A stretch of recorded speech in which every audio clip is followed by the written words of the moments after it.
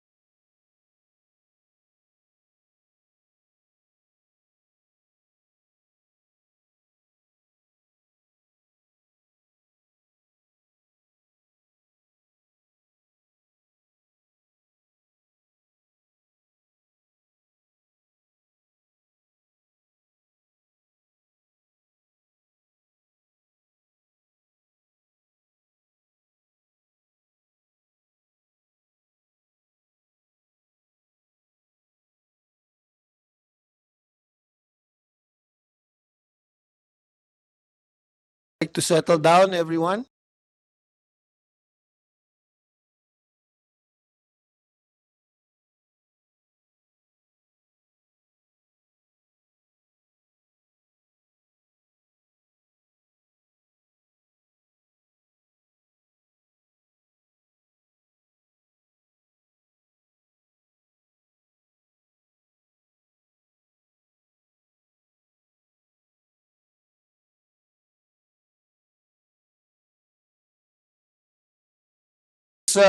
Committee meeting dated October 7, 2025 is hereby resumed. Secretary, please call the roll.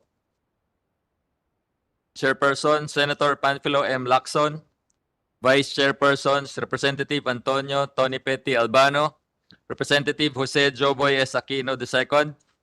Senator Manuel Lito M. Lapid. Senator Loren Ligarda. Senator Aimee R. Marcos. Representative Lani Mercado Revilla. Representative Alan U.T. Members, Representative Romeo M. Acop. Representative Benjamin C. Agarao Jr. Senator Joseph Victor J.V.G. Ejercito. Senator Jingoy Ejercito Estrada. Representative Arnie B. Fentebella. Senator Christopher Lawrence Bong Tigo. Senator Risa Ontiveros. Representative Roy M. Loyola. Senator Rodante D. Marcoleta. Representative Eddie Bong G. Plaza. Senator Rafi T. Tulfo. Senator Mark A. Villar. Vice Chairperson Representative Ramon N. Guico Jr., Majority Floor Leader Representative Jordine Jesus M. Romualdo, Assistant Majority Floor Leader Representative Alfredo A. Garbin Jr., Minority Floor Leader Senator Joel Villanueva. With 12 members present in the persons, including the chair, and 1 member present online, namely Senator Bongo. With a total number of 13 members present, the existence of a quorum is hereby declared. Majority Floor Leader. Mr. Chair, I move to dispense with the reading of the minutes of the previous meeting held on 3 September 2025 and consider the same as approved. I so move, Mr. Chair. Is there any objection? The chair hearing none, the motion is hereby approved. Today, the Committee on Foreign Affairs will deliberate on the nominations and add interim appointments of 5 officials in the Department of Foreign Affairs. Namely, present are Noraline Jubaira Baha. She here. Please stand. Chief Mission Class 1 as Ambassador Extraordinary and Plenipotentiary to the Sultanate of Oman. The second person is Charmaine Rowena Aviquil.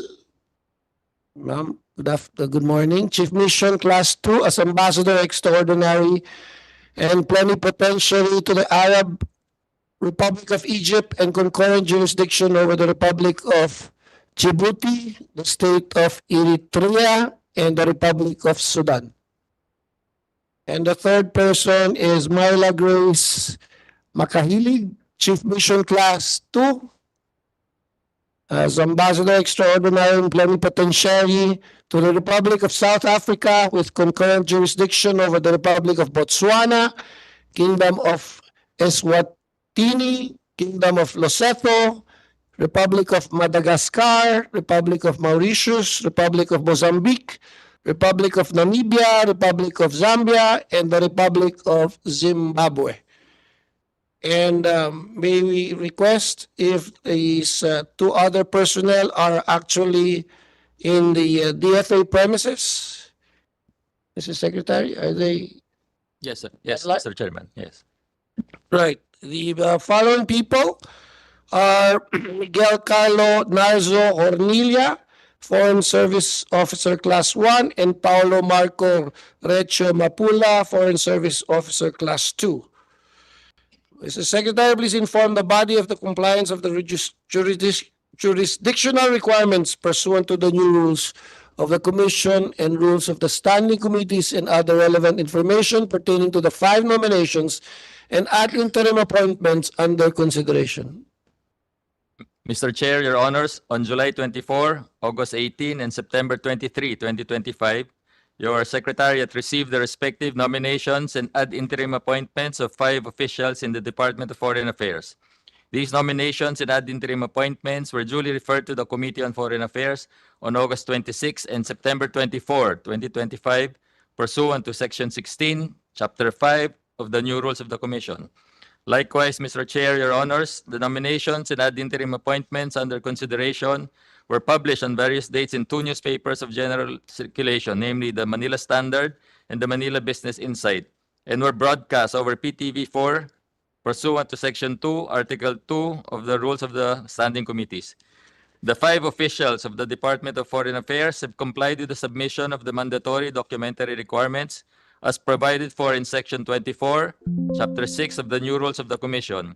Your Secretariat received a letter from the Human Resources Management Office, Department of Foreign Affairs, signed by Assistant Secretary Christopher B. Montero, dated 6 October 2025, addressed to the committee chairperson, Senator Panfilo M. Lacson, requesting for the waiver of personal appearances of Miguel Carlo Narzo Ornilla, Foreign Service Officer Class 1, and Paulo Marco Recio Mapula, Foreign Service Officer Class 2. The aforementioned officials are currently assigned at our various embassies and consulates overseas and are needed at their respective posts to continue performing vital consular assistance to nationals, political, economic, and cultural functions. The said officials, in line with the government's austerity measures, are appearing online before this committee in today's hearing. Lastly, Mr. Chair, Your Honors, there was no opposition filed against any of the nominees and appointees. That is all, Mr. Chair, Your Honors. I'd like to recognize the Majority Leader. Mr. Chair, I move that the leader of the Human Resources Management Office, Department of Foreign Affairs, signed by DFA Assistant Secretary Christopher B. Montero, dated 6 October 2025, addressed to the committee chairperson, Senator Lacson, requesting for the waiver of the personal appearances of 2 officials for reasons stated therein, and as reported by the CE Secretary, be approved. I so move, Mr. Chair. Are there any objections? Are there any objections? Hearing none, the motion is approved. The Secretary is hereby asked to administer the oath to the nominees and appointees.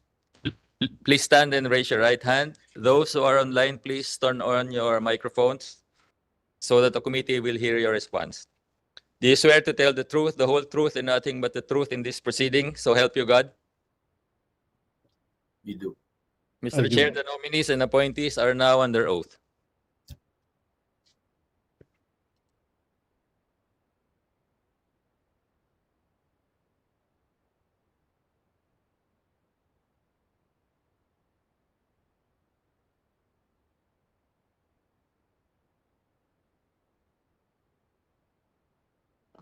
The following to take their designated seat in front.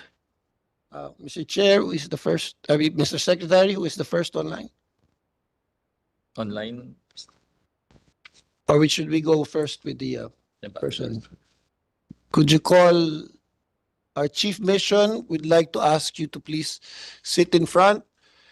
Our first nomination is Noraline Jubaira Baha.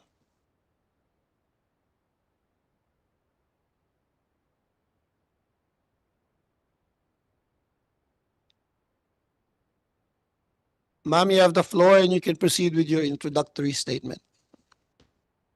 Thank you, Mr. Chair.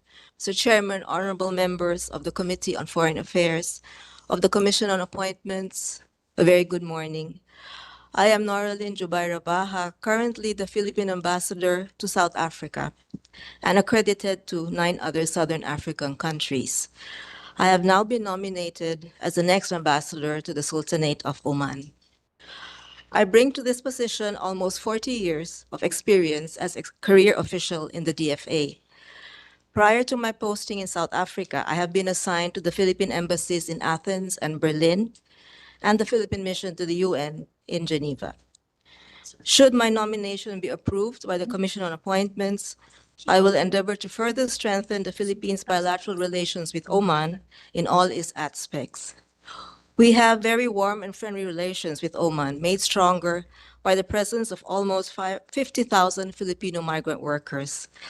Oman has been a very strategic partner in our relations with the Greater Arabian Peninsula region, and I will aim to ensure that this is maintained, if not improved. Thank you very much for your kind attention. Thank you. With the kind indulgence of our members, would like to recognize Congressman Pido Garbin for his presence.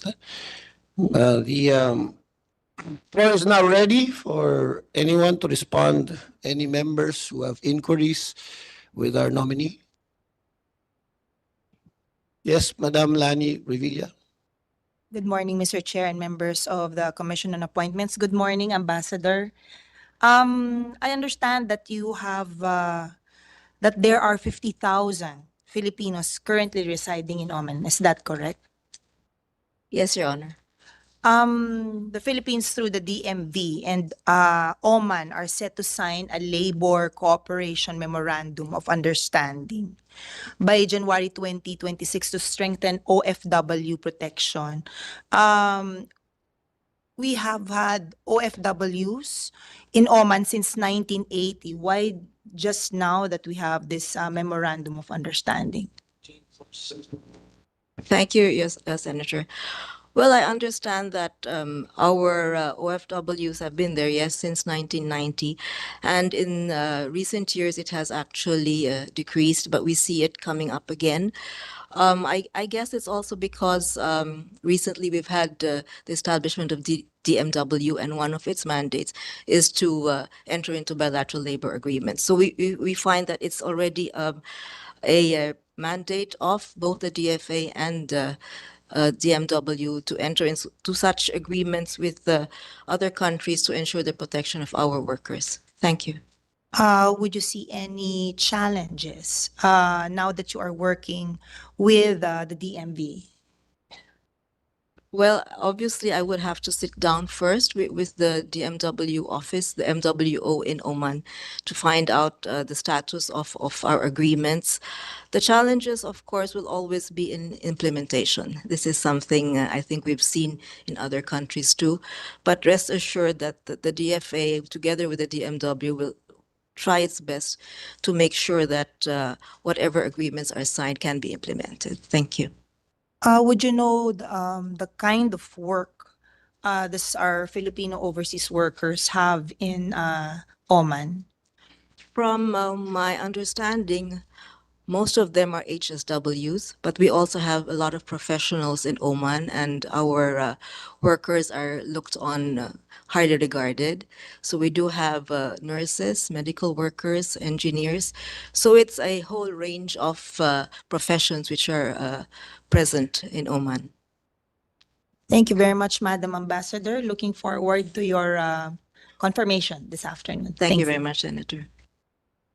Thank you, Congresswoman Lani Mercado. Is there anyone else who would like to propose questions? Madam Senator Amy Marcos is recognized. Good morning, Madam Ambassador. Quick comment lang po. I just wanted to inquire if in fact you're related to Ibrahim Jubaira.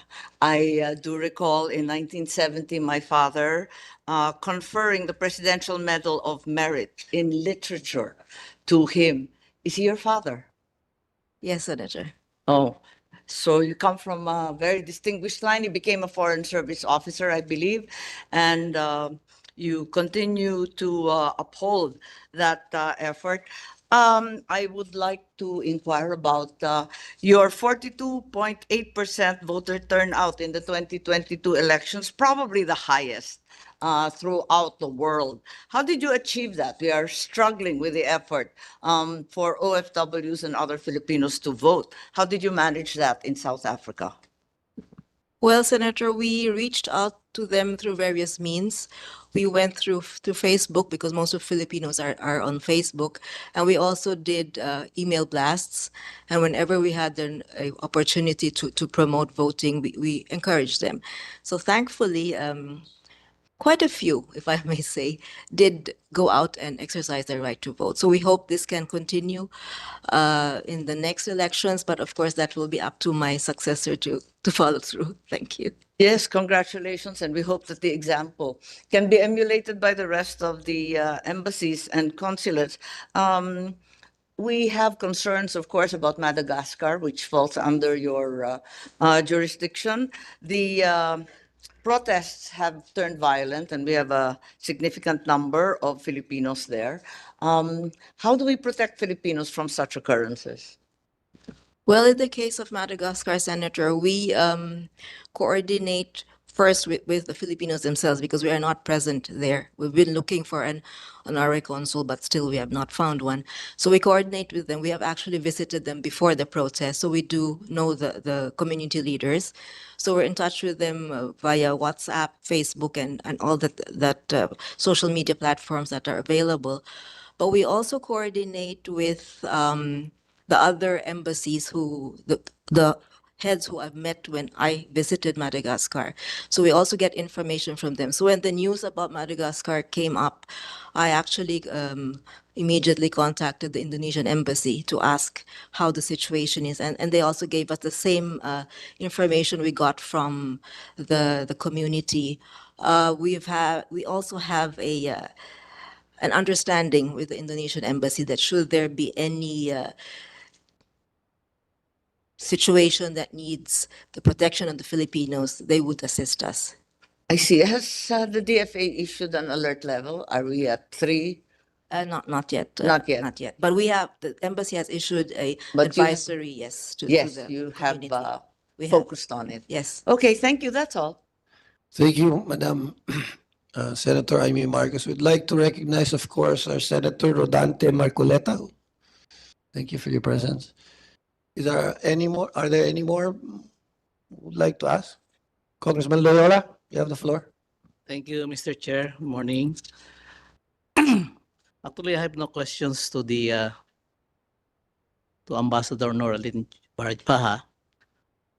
As a matter of fact, I give my full support to her nomination as ambassador to Sultanate of Oman. However, Mr. Chair, allow me to raise some question for clarification. Mr. Chair, may I know from the ambassador's Baha, during the time he was appointed as ambassador to South Africa, may I know whether there are Filipino businessmen operating in South Africa? Thank you, Mr. Senator. Yes, Carlos John Liwayway has been there since 2017. They have 2 factories actually in South Africa, and they intend to make that a base for the Southern African region. There's one company which has bid for the operation of the port of Durban, but that is still in contention by the losing side. So far, it's only Liwayway. Mr. Chair, may I know, kamusta po performance ng ating Wishi doon sa South Africa? Mabuti naman po. They're getting to be known, and every time that the embassy has a event, we do ask Owishi to come in and help and promote. So we also assist them in promoting their products. And when we go on consular missions to the 9 other countries, we invite them to come along if they can and introduce the products to the Filipinos and to businessmen there. Thank you, Mr. Chair. That will be all. Thank you, Congressman Loyola. Anyone else? Are there any members that would like to propound any questions? We'd like to ask our Ambassador Baha to kindly take your seat as we take up another nominee here. We'd like to ask, yes, you may be excused, ma'am. Ambassador Charmaine, to please take your seat.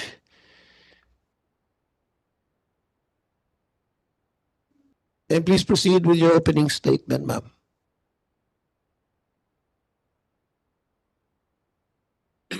Mr. Chairperson, the honorable members of the Commission on Appointments, good morning. I am honored to appear before this esteemed body to humbly present myself for consideration as the Philippine nominee for the position of Ambassador Extraordinary and Plenipotentiary to the Arab Republic of Egypt, with concurrent jurisdiction over the Republic of Djibouti, the State of Eritrea, and the Republic of the Sudan. I have been with the Department of Foreign Affairs for 28 years now, and I currently serve as the Philippine Consulate General in Sydney, Australia, ministering to the needs of some 152,000 Filipinos in New South Wales. Throughout my career, I have been privileged to represent our country in various capacities. I was assigned at the Philippine Consulate General in Agana as a very young officer, and also to the Philippine Embassy in Cairo, Egypt, also as a young officer. After that, I was posted in Athens, Greece, and in Oslo, Norway. And throughout all these postings, I have always been guided by the core principles of professionalism, integrity, and service to the Filipino people. The opportunity to serve as ambassador to Egypt comes at a significant time as the Philippines and Egypt prepare to commemorate 80 years of bilateral relations in 2026. And should I be confirmed, I am fully committed to build on the excellent work of my predecessors in further strengthening cooperation between our two countries, particularly in the areas of migration, agriculture, tourism, promotion of culture, and the protection of our Filipino community in Egypt and in the broader region. And I also see opportunities for closer collaboration by sharing Philippine expertise in infrastructure development, including in solar energy, irrigation, fisheries, and agriculture, fields that can contribute meaningfully to Egypt's development priorities and deepen our partnership. And I humbly seek the kind consideration of the Honorable Commission for my confirmation, and I pledge to carry out my duties with dedication and to the best of my abilities in the service of our nation and our people. Thank you, Mr. Chairperson and honorable members of the Commission. Thank you, Ambassador Avicuivil. The floor is now open for any questions. Representative Mercado is hereby recognized. Thank you very much, Mr. Chair. Good morning, Ambassador. Ambassador, I understand that there are renewed conflicts in Middle East and Northeast Africa, including the prolonged instability in Sudan. There are maritime tensions in the Red Sea as well. How do you plan to position the Philippine Embassy in Egypt as a hub for regional monitoring, diplomacy, and protection for our kababayans who are in these particular areas?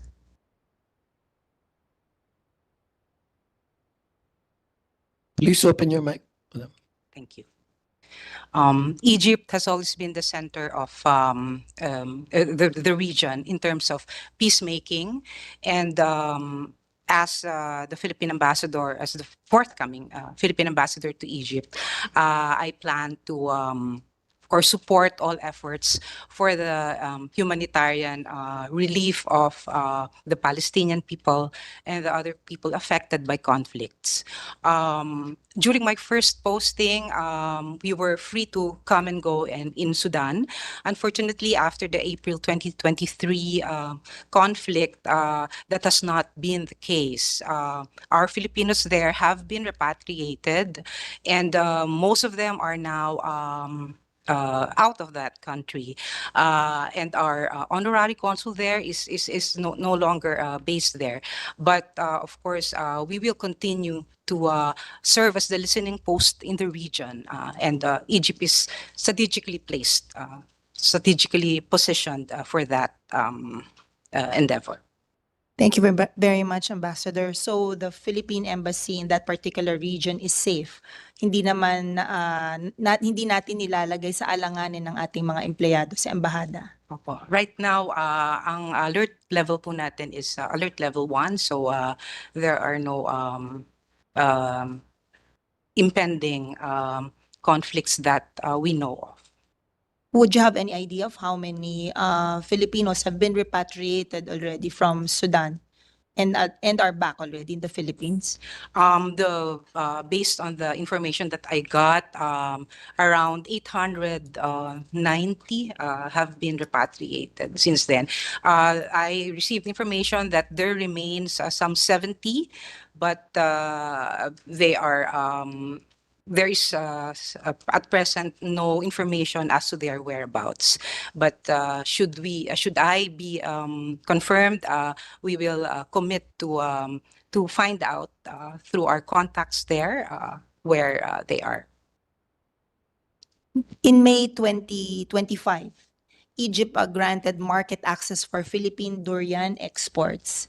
At that same time, humingi rin po sila sa atin na buksan na natin ang market para sa sibuyas, garlic, potatoes, and grapes. How is it performing? Kamusta naman po yung ating economic ties in terms of providing these particular products? And have you coordinated with the Department of Agriculture in order to promote our products to Egypt?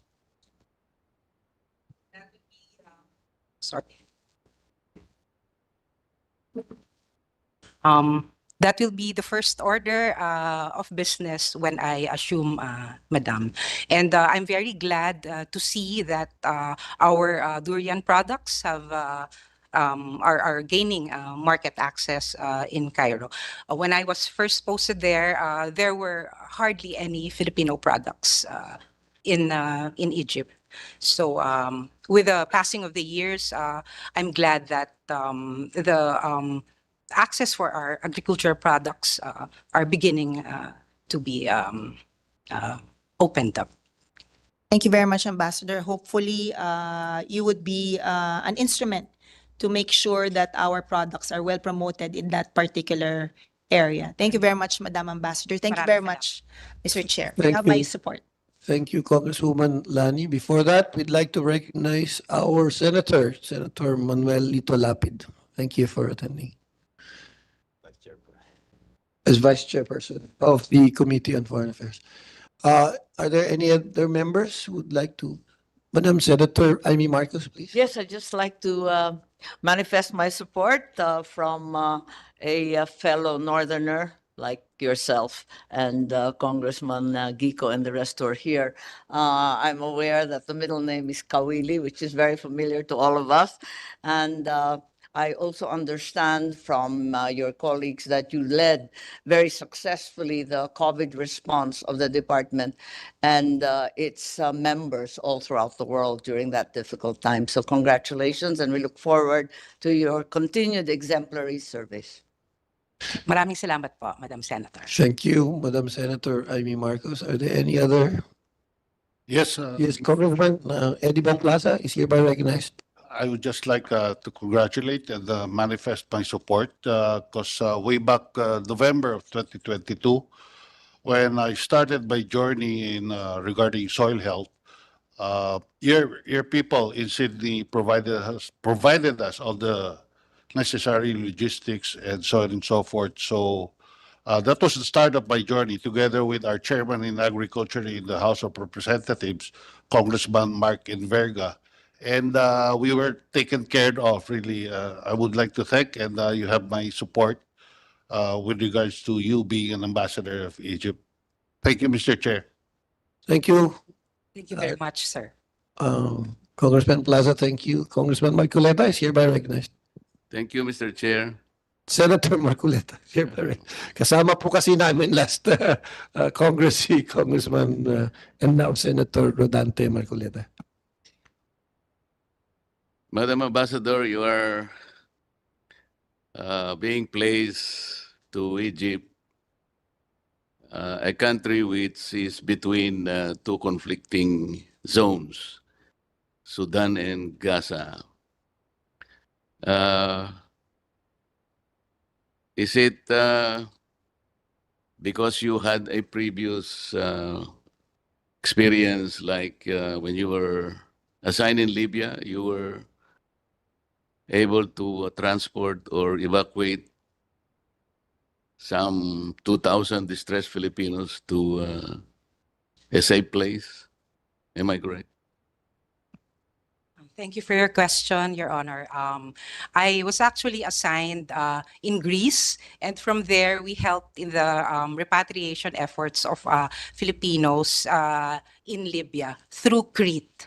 So our embassy secured the services of a vessel to transport some 2,000 nationals in 2 batches from Misrata and Benghazi through the island of Crete.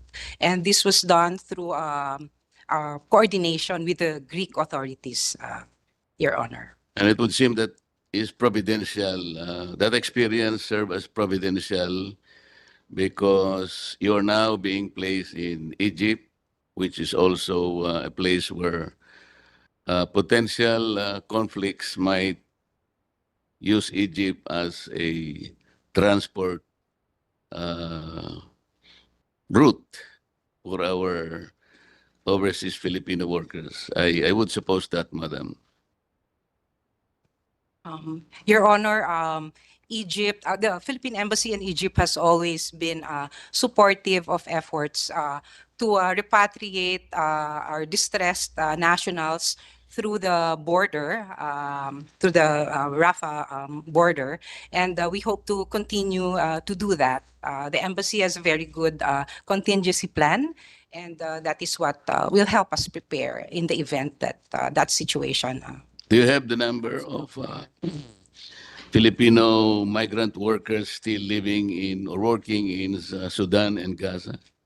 And the potential opportunity of transporting them to Egypt, if ever? In Sudan, it is said that there are around 70, but currently the embassy has no knowledge on where they are because most of them have been repatriated after the 2023 conflict. As to those in Gaza, I don't have the numbers on that, sir. But as for Filipinos in Egypt, there are currently 2,300 now present. What is the capital of Sudan? Khartoum. Khartoum, sir. And I've had the privilege to visit Khartoum during a consular outreach mission way back in my first posting. Madam Ambassador, meron na pong bagong batas yata ang Ehipto, yung New Labor Law number 14, 2025, which took effect on September 1, 2025. Ito po yata ay hindi kino-cover yung domestic or household workers. Meron po ba tayong mga domestic workers sa Egypt? In fact, karamihan po ng ating mga Pilipino na nandoon ay mga household service workers, but unfortunately they are irregular. They often they come from areas where they are allowed to work as domestics and are brought to Egypt by their sponsors. So when they reach Egypt, they become irregular. So The new law, Madam, walang ini-issue yung work permits and work visas para sa household workers. It might be a potential problem for household workers in Egypt. How do you propose to solve this or anticipate potential problems that might arise from this? Actually, right now, ang embassy po natin ay hindi nagkukulang sa pagpapaalam sa ating mga Pilipino na bagamat meron ng bagong batas, hindi po talaga sakop ang mga household service workers. At sa aming assistance to nationals pillar, tayo po ay patuloy pa rin nating binibigyan sila ng protection kahit na under Egyptian law, wala po silang protection sa batas. So kung naroon na po tayo susubukan po nating makipag-usap sa mga Egyptian authorities para kung paano maibsan yung mga ang sitwasyon ng ating mga household service workers. Susubukan pa lang, Madam. Opo. Kasi Yun pong bagong batas na yan ay palagay ko nakasulat pa sa Arabic, hindi ba? It should have been translated to our language, sa ating language, kasi lalong-lalo na po yung ating mga kababayan nagtatrabaho dyan, household workers, hindi naman nila kabisado po yung, yung batas kung hindi naman nakalimbag sa ating wika. Pangalawa, kung wala naman pong kakatulong na mga legal staff ninyo, baka mahirapan po sila na tingnan yung kontrata, lalong-lalo na po dun sa mga panig ng ating household workers. This is where you should be able to assist more in being able to coordinate with the Labor Department of Egypt, Madam. Salamat po, Mr. Chair. Thank you, Senator Marcoleta. Are there any other members who wish to say anything? There being none, I'd like to excuse our good ambassador, Amikuri, to please go back, and then we will call the next nominee, Ambassador Myla Grace Makahalig. Please. Ma'am, you have the floor. You can have your opening statement.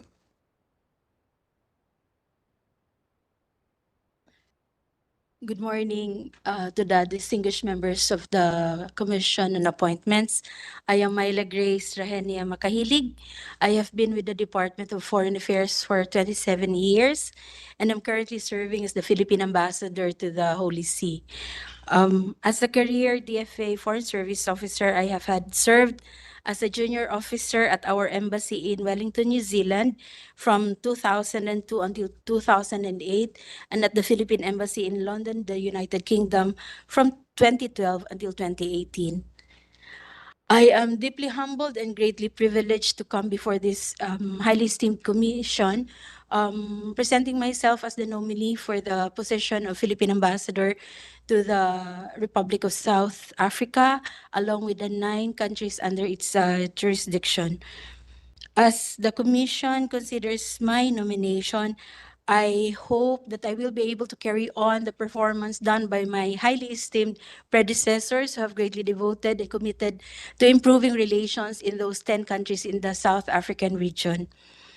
As I take up this responsibility, if favorably considered, I will be guided by the 3 pillars of Philippine foreign policy, namely the preservation and enhancement of national security, promotion of economic security, and the protection of the rights and promoting the welfare of our kababayans. As ambassador to South Africa and to its other jurisdictions, I intend to build on the good work of the dedicated heads of posts who have preceded me, including our Ambassador Noraline Baha, who is also under consideration for her new assignment.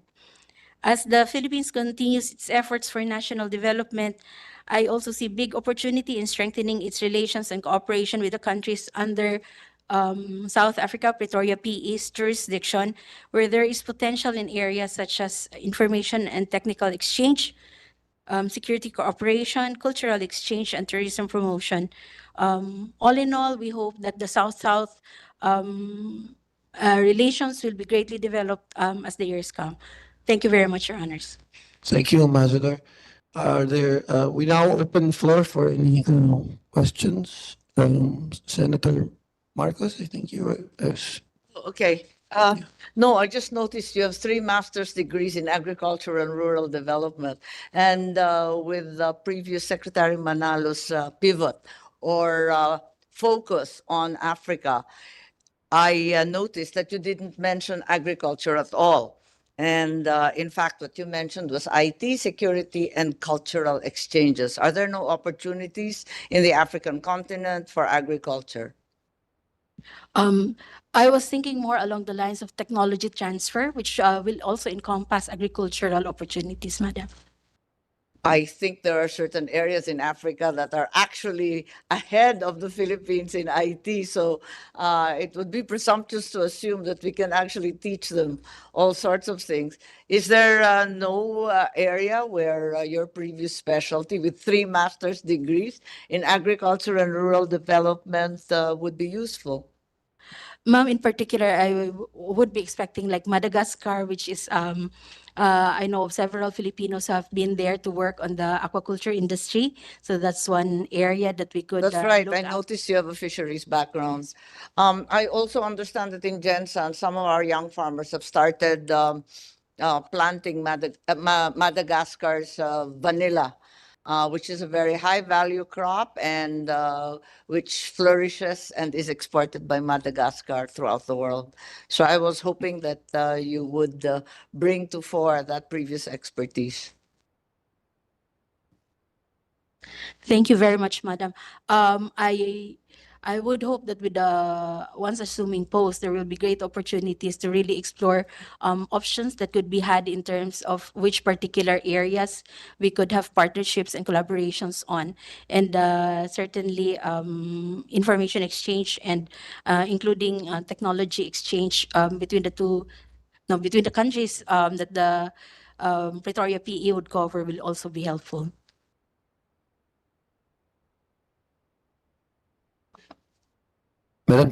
Madam Marcos? Thank you very much. We now proceed to Congresswoman Lani Mercado Revilla. Thank you very much, Mr. Chair. Good morning, Ambassador. I was just curious, how come your background is in agriculture, but you pursued a career in foreign service? And I would just like to take note, you were commended for your sterling leadership that enabled the Office of Financial Management to earn the Global Implementer Award for executing and utilizing the electronic enhanced new government accounting system and electronic budget system in the DFA. I think this is the first time DFA has been recognized for a national award. It's an interesting shift from agriculture to foreign service. Thank you very much for the question, ma'am. First off, the idea of the Department of Foreign Affairs as just being solely composed of people with foreign service backgrounds is not true. I'm glad to say that our Philippine Foreign Service is a multidisciplinary corps. So we have people like myself, probably not classically trained as a diplomat, not having a law degree or an economics degree, but we have people who are in agriculture or have completed academic degrees in agriculture. Some have veterinary science background. So you get different sort of academic preparations and different experiences at work that will only enhance the capacity of the Department of Foreign Affairs to respond to the needs of the communities that it will serve abroad. Insofar as the other shifts in my career, I started off primarily with the Office of Financial Management Services, pretty much for all my assignment in the home office. Being assigned there was largely because I had worked with the Land Bank of the Philippines as a loans officer for 8 years prior to joining the Philippine Foreign Service. May banking background ka rin pa. Well, anyway, Ambassador, I understand that China has invested so much in one of your areas, which is Namibia. And its investment has grown significantly, including in the sectors like mining, renewable energy. I understand they have a 100 megawatt solar power plant in Namibia. Paano ito makakaapekto sa policy decisions nyo, economic priorities, and the regulatory environment in that particular area? And based sa inyong experience, what considerations should guide the Philippines in engaging with similar investments to protect our national and economic interests? Thank you for the question again, ma'am. Basically, you can probably not go head to head with countries or corporations that have substantial capital capacity. But certainly, Namibia, for example, you have a small number of Filipinos there. But most of the Filipinos in Namibia and in the South African regions are professionals. So there is some with engineering background. So we can probably leverage on technical capacity rather than a direct competition in terms of capital investments. You, Ambassador. South Africa, South Africa is the largest trading partner of the Philippines in Africa. What are the products that we are trading off with South Africa? And if there are, how can we promote this more, or probably engage in other types of business with South Africa? In terms of the trade going into Africa from the Philippines, it's mostly electronic components as well. But if we look at, say, eventually labor as a source of potential collaboration, then that's one area, because there's a growing number of people who work in the professional services, managers and the like. So something that can be enhanced eventually as a source of livelihood for the Filipino community in the area. Thank you very much, Ambassador. I have no further questions. Thank you, Congresswoman Lani Revilla Mercado. Mercado Revilla, our chairperson, Ramon Guico from the House, is hereby recognized. Thank you, Mr. Chair. Good morning, and also to my distinguished colleagues. I have no question, but only a manifestation of support for the confirmation of the ad interim appointments of the 5 DFA officials. I fully support the nomination of 5 officials in the Department of Foreign Affairs. All nominees have demonstrated exceptional confidence, professionalism, and loyalty in the service of our country, embodying the highest ideals of the Philippine Foreign Service. Their experience and dedication assure the continued advancement of our diplomatic interests and the protection of our nationals abroad. In view of their proven qualifications and record of integrity, I join my colleagues in endorsing their nomination. Thank you, Chairman Guico. Before that, I think we still have 2 more nominees to, and of course, we have other questions. We note your manifestation of support and would like to recognize Congressman Eddie Bong Plaza. Thank you, Mr. Chair. Actually, Madam Ambassador, I have no question, Mr. Chair. But I would like to ask for a request from our ambassador to be, and you have my full support with regards to, because I'm very much interested in agriculture, most especially in soil health problems in our country. And can you be of help in giving us scientists, Filipino scientists who are based in Africa that is into cacao and coffee production? Because again, it's my advocacy right now in Congress, so that we will be able to maybe ask help from them, or since we have a program in DOST, which is a Balik Scientist program, they might have the patriotic heart to come back and really help our fellow farmers, especially in the upland areas and even in lowland areas, specifically with the coffee and cacao production, because I believe Africa is also producing cacao and coffee. So I hope my office will get in touch with your office if you're already based in South Africa, so that you can help me out how I can encourage and really bring back the scientists that would be of help in really for the production of different kinds of crops in the Philippines. So we'll be able to vigorously, mapabuhay natin yung ating agriculture, in which we are already left behind for a simple fact. Nakalimutan natin lahat ang tungkol sa basic, which is the soil. And are you agreeable to that the main issue with our agriculture is the soil problem in the Philippines? Thank you very much, Your Honor. Certainly, I will take note of your particular interest for the particular crops, and I certainly hope that once I am able to assume post, then we will be able to start working on programs that could enhance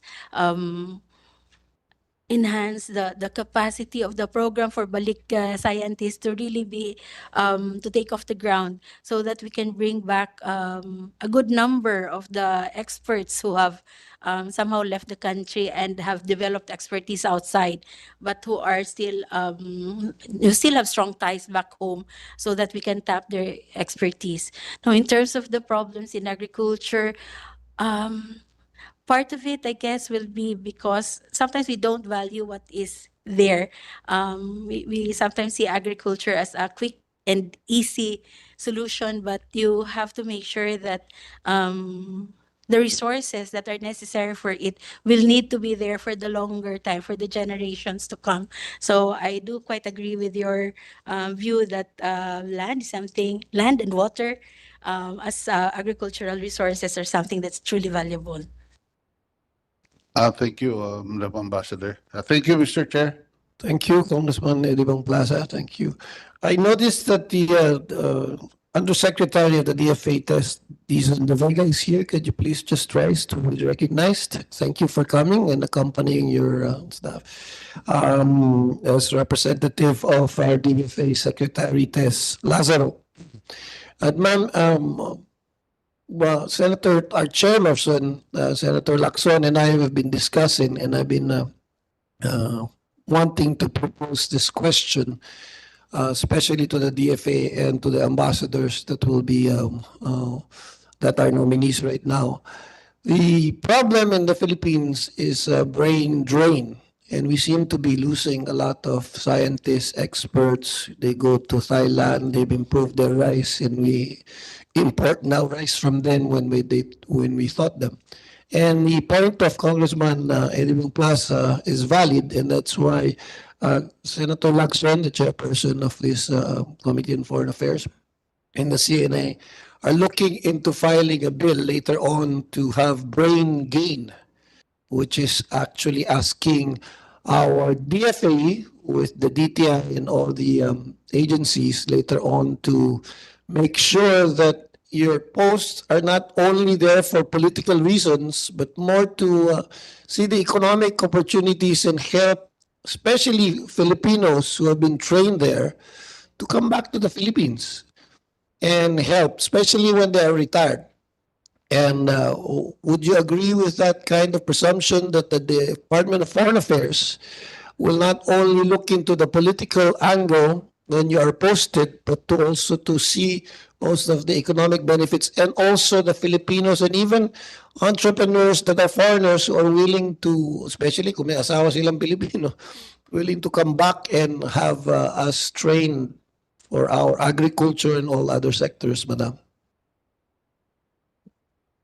Thank you, Mr. Chair. I think one of the key things that the Philippine embassies and consulates throughout the world work on is establishing and maintaining good relations with the Filipino community they're at. That's a very good way of touching base with the Filipinos who have settled, who may have gained expertise and experience, students who are doing academic work in the countries covered by the post. By maintaining such a database and such connection with the Philippines through the embassies, I believe that there's greater capacity for our nationals who may have left the country a long time ago, who may have settled far and wide in the world, to still continue to see the Philippines as a home that they have a responsibility for. And I truly believe that programs such as the Balik Scientist Program, DFA has a good program to bring in second generation Filipinos to visit the country, see what is happening. These are opportunities for them to get a new view of what is happening in the country that should help drive up their own interest to be part of its development. Thank you. Are there any other members? Senator Marcoleta is hereby recognized. Salamat po, Mr. Chair. Nakakalungkot po talaga, Madam, kasi hindi namin nakakalimutan. Kayo'y agriculturist kayo eh. Tatlo ang master's degree po ninyo eh. You could have been a very valuable asset to our country. Alam po ninyo ngayon ang ating state of agriculture parang subsistence agriculture. Pag sinabi po nating subsistence, pag ang farmer po ay nasa subsistence system ng agriculture, nabubuhay niya lang yung pamilya niya pero hindi siya nakakabenta, hindi nakakatulong sa economy kasi kokonti naman ang napoproduce. With 3 master's degree in agriculture, sayang po sa ibang bansa kayo na po post. Talagang nakakalungkot, nakakapanghinayang po talaga. Pasensya na kayo kung dapat naming sabihin. Sana isang araw magpasya kayo na palitan ninyo yung at magbalik kayo sa agriculture, ma'am. Kasi kailangan po talaga eh.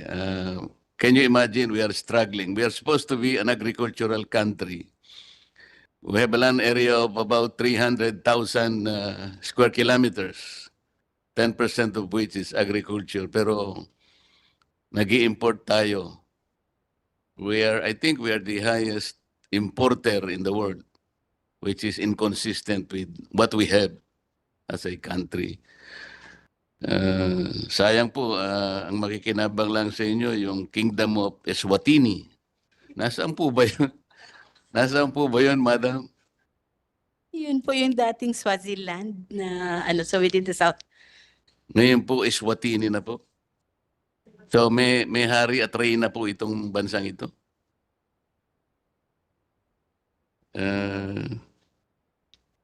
Yun pong BRICS, kasama po ang South Africa, madam. Tama po. Yes.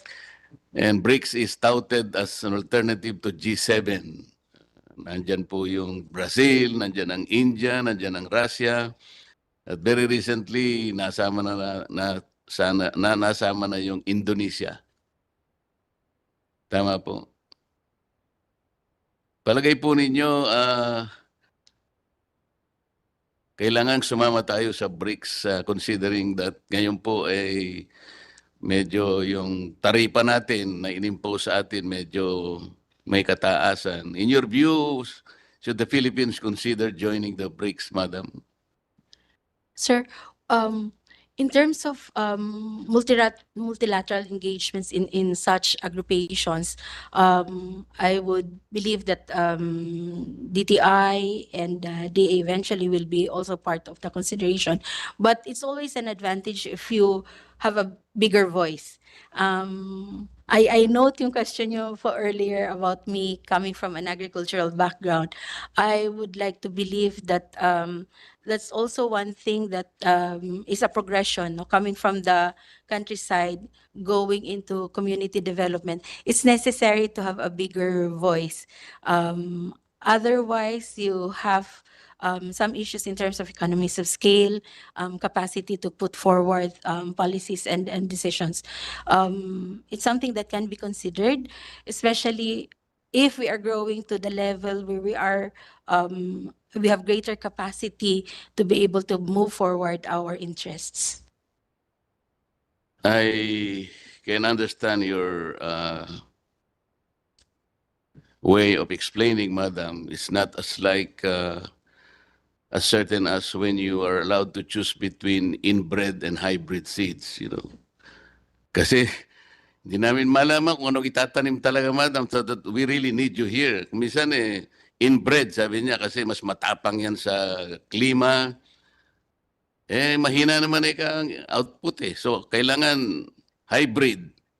Ang dami naman yung kailangan pataba. So, you are really needed here to decide para matulungan niyo kami, madam. Thank you, Mr. Chair. Thank you, Senator Marcoleta. Oo, pinauwi ka. Are there any other members who wish to propose any questions or? Ma'am, thank you very much. I'd like to excuse you so we can actually go to the Zoom with our first ad interim appointment of the Foreign Service Officer, Class 1, Miguel Carlo Narzo Ornilla. Is hereby recognized. Mr. Ornilla, please state where you are so that we know where you are and you can have your opening statement. Good morning, Mr. Chair. Good morning, honorable members of the Committee on Appointments. I am Miguel Carlo N. Hornilia, Consul here at the Philippine Consulate General in Frankfurt, Germany. I am a junior officer, and in my short career here at the department, I have been privileged to serve in 2 assignments so far, in Argentina and now in Germany. It has been quite an eye-opening career, and I hope to continue to serve my country to the best of my abilities in the years to come. Honorable members of the committee, I submit myself for your consideration.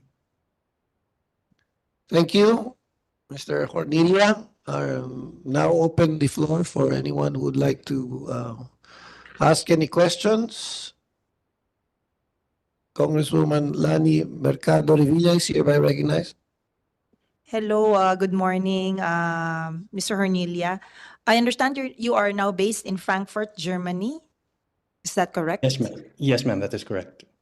How many Filipinos are based in Germany? Ma'am, the number is growing, but I can tell you right now, because we have the embassy in Berlin and the consulate here in Frankfurt.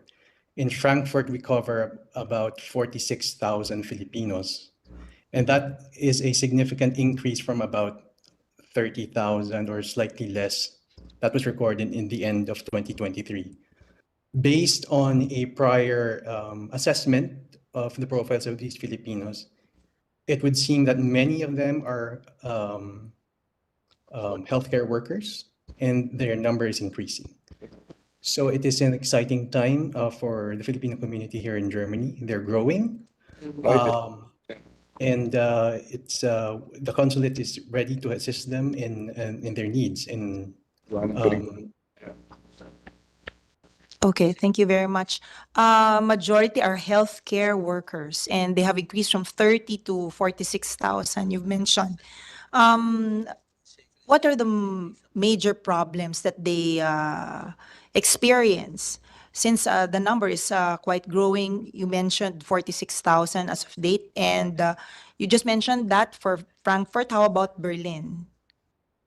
Berlin covers about 10,000, ma'am. The total number, based on our assessment, the total number of the Filipinos in Germany is about close to 50,000, 60,000, and 75 to 80% of those are covered by the consulate in Frankfurt. Regarding their problems, ma'am, Yes. Mhm. so far so good. Our Filipinos seem to be adapting well here in Germany. Germany is a remarkably tolerant society, and our people adjust well to the needs and to the culture. So we have not monitored anything too extreme. But we are in touch with the Filipino community. We are here in Germany. We're trying to do a mapping of the Filipino communities to find out where they are, and just to build a profile of them so that we get to know better our constituents. Thank you very much, Mr. Hernilia. I commend your work. You've been in foreign service for 12 years, and I do believe that you are one of the youngest nominees that we have interviewed. Hoping for your confirmation this afternoon. Thank you. Thank you, ma'am. Congresswoman Revilla. Senator Amy Marcos is hereby recognized. Yes, Mr. Hornilia. Yes, congratulations. As mentioned by Representative Lani Mercado Revilla, you are in fact the youngest, without doubt. Considered perhaps at 36 years old, an older millennial yata ang tawag ngayon. As an older millennial, I'm certain that you have your own ideas about how DFA should change and evolve over the years. And for example, the changes, obviously, from the classically trained diplomat to one who should be perhaps more attuned to psychosocial behaviors given the OFW crisis. So I was just curious, what did a younger or older millennial, but a younger diplomat think about our foreign service today, and how should we change to adjust and to adapt to the various crises? Good morning, Senator. Thank you for the question.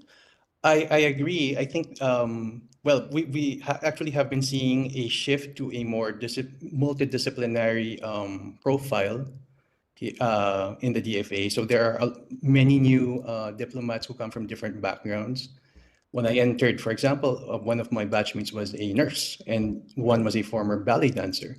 So these are disciplines that at first glance don't really seem intuitive for this career, but they bring with them their own perspectives that could inform the job, the diplomat in his performance. And it's something exciting because this is something that we've also been seeing, not just in here in the DFA, but as a general trend in many careers worldwide.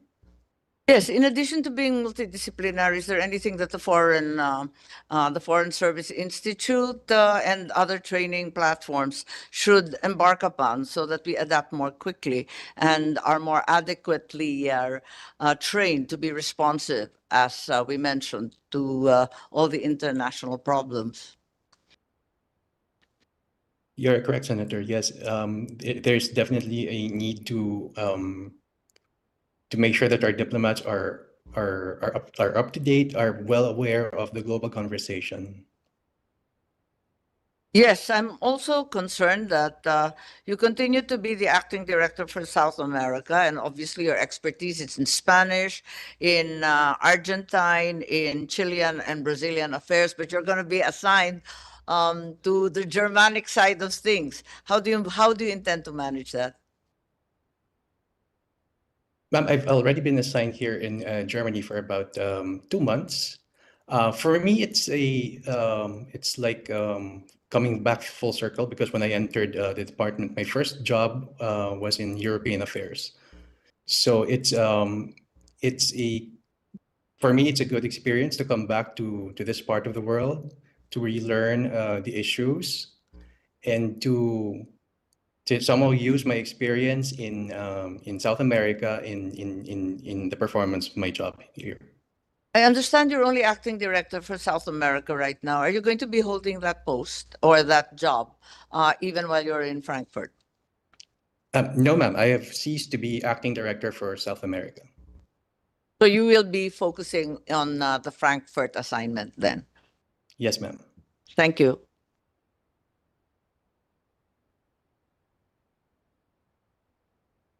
Thank you very much, Senator Amy Marcos. Are there any other members who wish to ask questions? Our Foreign Service officer seems to be up. Thank you very much. I think it is 3 o'clock in the morning. Is that right? Yes, sir. It's 4:17 a.m. here in Germany. For 6 hours because of the daylight saving time. And I noticed that it is Oktoberfest. Is that correct? Yes, Mr. Chair, you are correct. Oktoberfest has started in Germany. The ground zero for celebrations is in Munich. Right. And I'm sure that a lot of people are already up there. Thank you just for joining us and wish you luck. And we would like to excuse you as we call on our other Foreign Service Officer, Class 2, Paolo Mapula from the New York Consulate. Are you there? Yes, Your Honor. Good morning from New York. Mr. Chair, Your Honors, I'm Paolo Marco Mapula and I've been in the Foreign Service for 7 years already. I'm currently a second secretary in the Permanent Mission of the Philippines to the United Nations in New York. And I was previously with the Philippine Consulate General, also here in New York. And in the Home Office, I was a principal assistant in the Office of the Secretary of Foreign Affairs. And before that, the Office of Treaties and Legal Affairs. Your Honors, I was born in Cebu to parents who are both from the province of Masbate, and I grew up in Parañaque City. I look forward to answering your questions, Mr. Chair, Your Honors. Thank you for your statement, and I understand it's 12 hours, so it should be 10 p.m. there. Is that correct? You're correct, Your Honor. Thank you. I now open the floor for any questions. Of course, our Congresswoman Lani Mercado Villa is hereby recognized. Thank you very much, Mr. Chair. Good evening there in New York, Mr. Mapula. Last July 2024, it was reported that the Philippines will be removed in 2025 from the UN Secretary General's list of situations of concern under children and armed conflict following years of cooperation and reforms. May we have an update on this development and beyond this delisting, what does it particularly mean for the Philippines in terms of monitoring, accountability, and continued international engagement?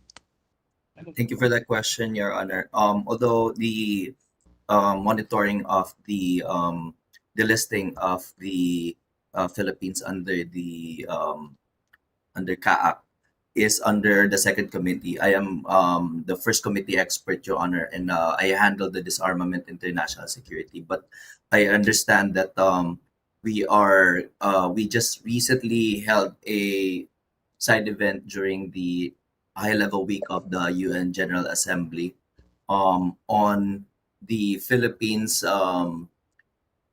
measures that are taken to protect children, especially in the digital age. And because of our efforts, we are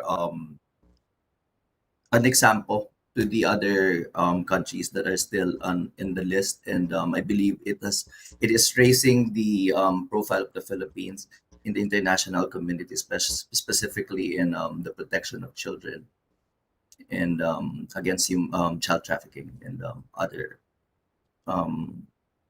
crimes related to abuse of children. Thank you. Thank you very much, Mr. Mapula. You have a very wide range of appointments. I understand you were based previously in, is this correct? In Japan, you were a recipient of the Monbuka Gashkushu Scholarship Young Leaders Program by the Japanese government. And then you're also a Master of Laws, International Economic and Business Law in Kyushu University. Both are based in Japan. What are, aside from these particular courses, you also are a cum laude from the UP, Manila, and you took up Bachelor of Arts in Political Science. Why did you engage in foreign service?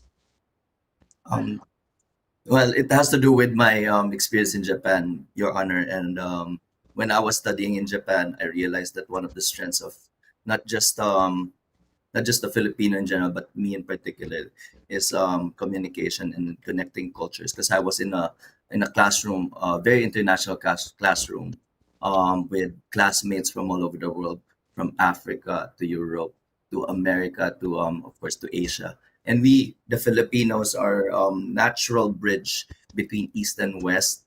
And I felt that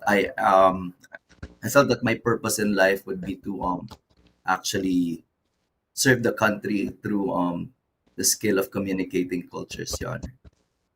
Thank you very much, Mr. Mapula. I understand you will be a great asset in that part of the world. Congratulations, and hoping for your confirmation this afternoon, or rather this morning in that part of the world. Thank you. Thank you, Mr. Chair. Congresswoman Revilla. Are there any other persons?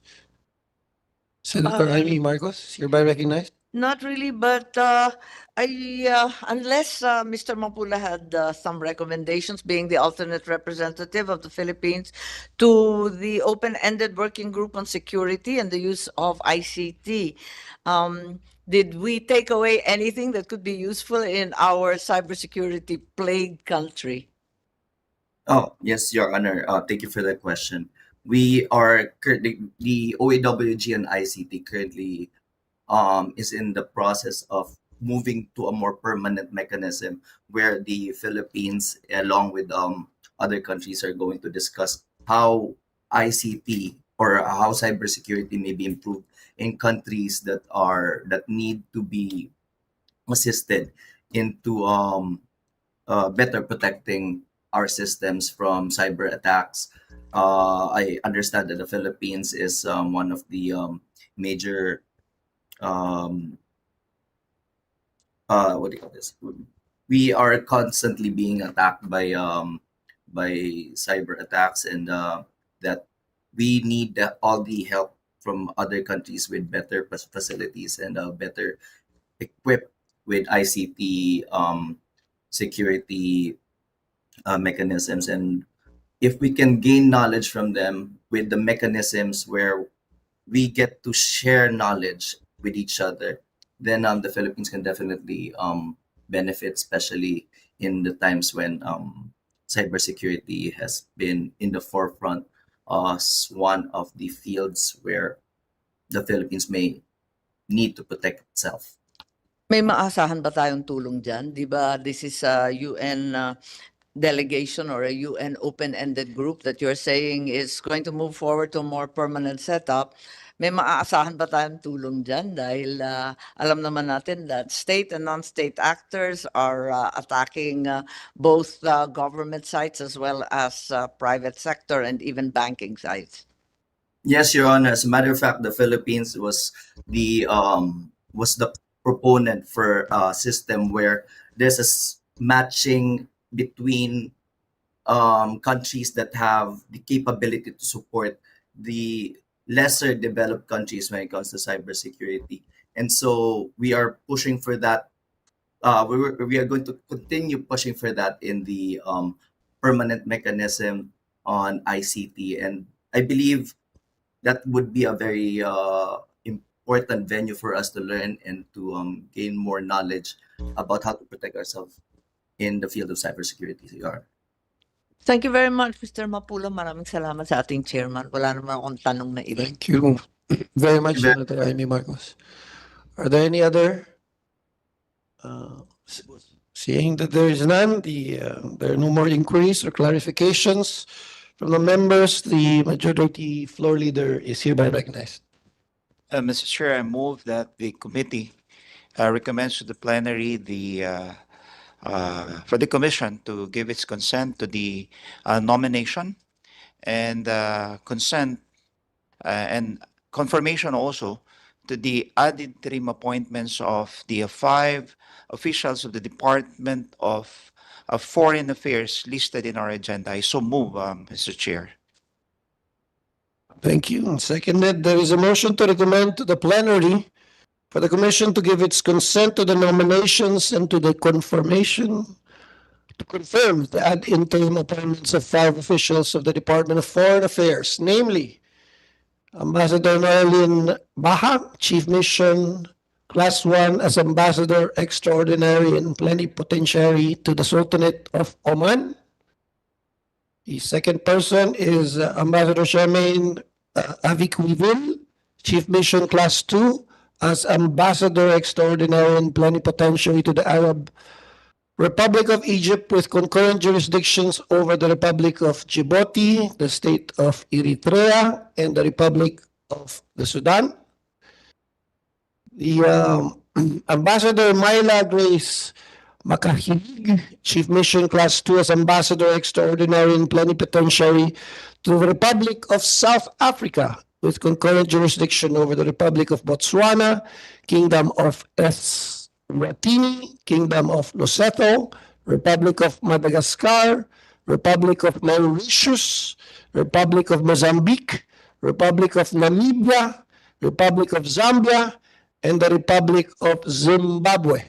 And to the ad interim appointments of Miguel Carlo Hormilia to Foreign Service Officer Class 1, who is in Frankfurt, and Paulo Marco Recio Mapula, Foreign Service Officer Class 2 is in New York. Are there any objections? Hearing none, the nominations and ad interim appointments of the 5 aforementioned officials in the Department of Foreign Affairs are hereby recommended to the plenary session of the Commission and appointments. Mr. Chair? Mr. Majority Leader? I move to adjourn, Mr. Chair.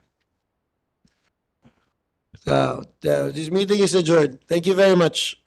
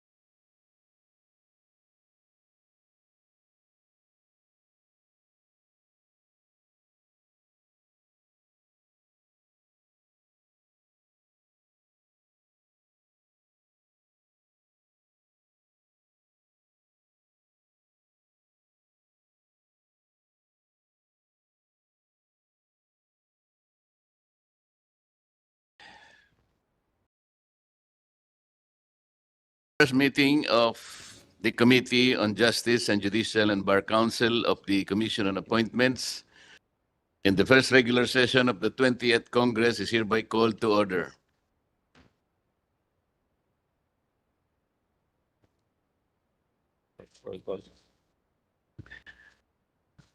Mr. Secretary, please call the roll. The honorable officers and members of the Committee on Justice and Judicial and Bar Council. Chairperson, Senator Rodante D. Marcoleta. Vice Chairperson, Representative Jose Joboy S. Aquino II. Members, Representative Romeo M. Acop, Representative Benjamin C. Agaraw Jr., Senator Joseph Victor J.V.G. Ejercito, Senator Jinggoy Ejercito Estrada, Representative Arnie B. Fentebella, Senator Christopher Lawrence Bong Tigo, Senator Risa Ontiveros, Senator Panfilo M. Lacson, Senator Manuel Lito M. Lapid, Representative Roy M. Loyola, Senator Amy R. Marcos, Representative Lani Mercado Revilla, Representative Eddie Bong G. Plaza, Senator Rafi T. Tulfo, Senator Mark A. Villar, ex-officio members, Vice Chairperson Ramon N. Guico Jr., Majority Floor Leader, Representative Jordine Jesus M. Romualdo, Assistant Majority Floor Leader, Senator Lauren Ligarda, Assistant Majority Floor Leader, Representative Alfredo A. Garbin Jr., Minority Floor Leader, Senator Joel Villanueva, Assistant Minority Floor Leader, Representative Antonio Tony Petty Albano, Assistant Minority Floor Leader, Representative Alan Yuti. With 11 members present in person, including the chair and 1 member present online, with a total of 12 members present, the existence of a quorum is hereby declared.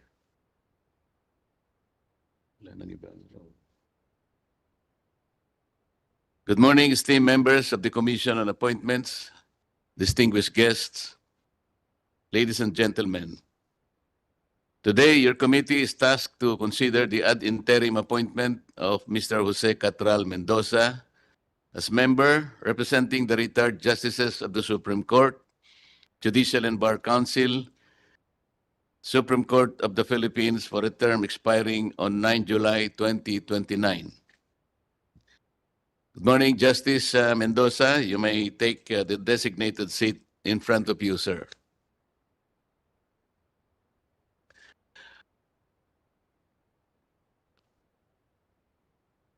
Mr. Secretary, kindly report on the jurisdictional requirements and other pertinent information relative to the ad interim appointment of Justice Mendoza in compliance with the new rules of the Commission and the rules of the standing committees. Thank you, Mr. Chair, Your Honors. The ad interim appointment of Mr. Jose Catral Mendoza, dated 18 July 2025, was received by the Commission Secretariat on 24 July 2025 and was referred to the Committee on Justice and Judicial and Bar Council on 26 August 2025 pursuant to Section 16, Chapter 5 of the new rules of the Commission. His ad interim appointment was published in 2 newspapers of general circulation, namely Manila Standard and Malaya Business Insight on 31 July 2025 and broadcast over PTV4 at 6:45 p.m. on the same date pursuant to Section 2, Article 2 of the Rules of the Standing Committees. The appointee had complied with the submission of the mandatory documentary requirements on 20 August 2025 as provided for in Section 24, Chapter 6 of the Rules of the Commission. Lastly, the Commission Secretariat has not received any opposition against his ad interim appointment. That is all, Mr. Chair, Your Honors. Mr. Secretary, please administer the oath to Justice Mendoza. Justice Mendoza, please stand and raise your right hand. Do you swear to tell the truth, the whole truth, and nothing but the truth in this proceeding, so help you God? Yes, Your Honor. Mr. Chair, Justice Mendoza is now under oath. Justice Mendoza, sir, you may give your opening statement if you have any. Good morning, Your Honors. I am Jose Catral Mendoza, a retired Justice of the Supreme Court. On October 25, 2017, I was appointed by the President as member of the Judicial and Bar Council, representing the retired justices of the Supreme Court on an ad interim basis. My first term expired on July 9, 2021. On the same day, I was reappointed to the same position. On July 18, 2025, after the expiration of my term this year, I was again reappointed. So this is my third term, if confirmed by your body.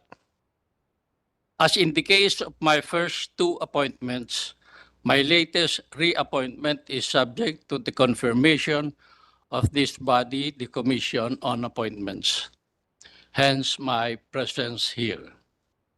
I believe that I have the necessary qualifications and experience for the position to which I have been reappointed. Primarily, before my original appointment for the JBC in 2017, I served the judiciary for 36 years. 8 years as a research attorney in both the Court of Appeals and later in the Supreme Court. 15 years as a regional trial court judge. 6 years as a Court of Appeals justice, and 7 years and 8 months as a Supreme Court justice.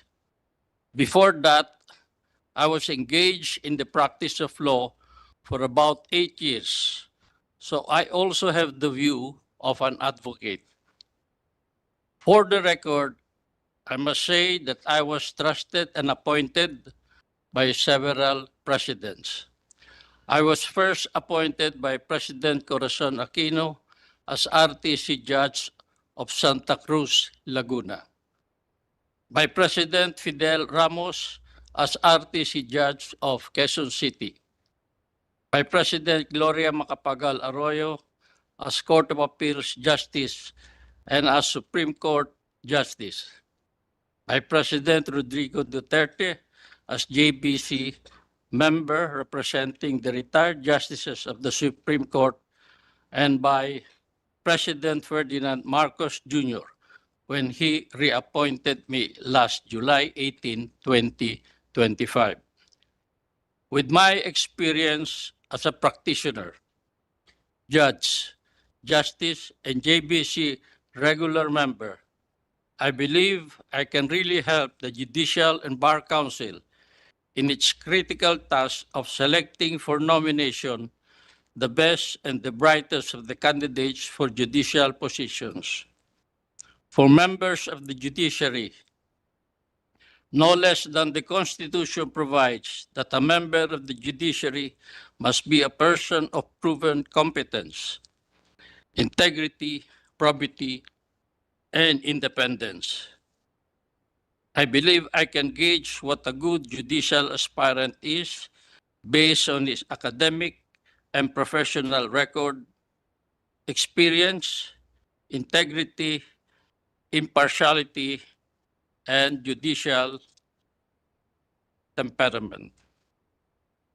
As this is my third term,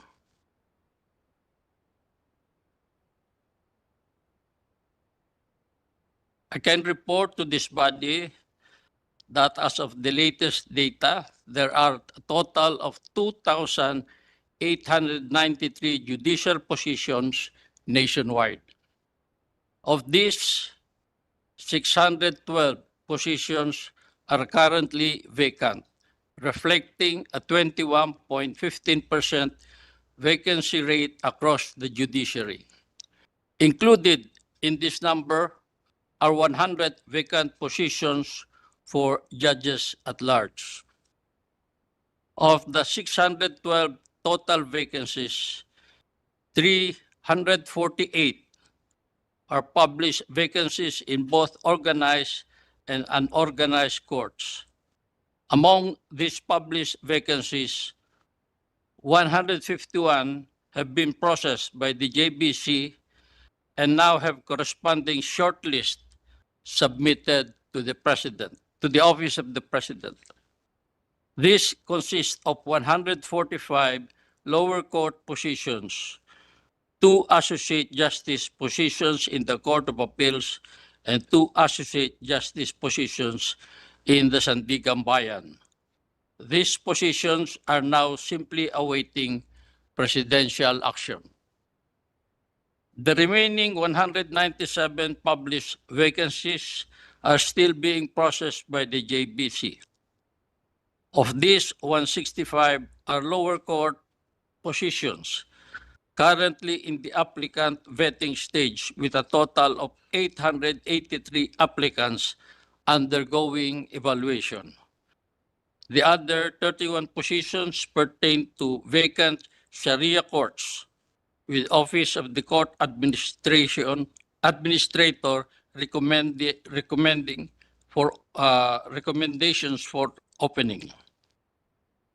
Beyond these published vacancies, there are 264 judicial positions that remain unpublished, representing courts that have to be opened for application or nomination. From January to December 2024, the JBC received a total of 2,262 applications for various positions. Of these applicants, 894 were male, while a significantly higher number, 1,368, were female.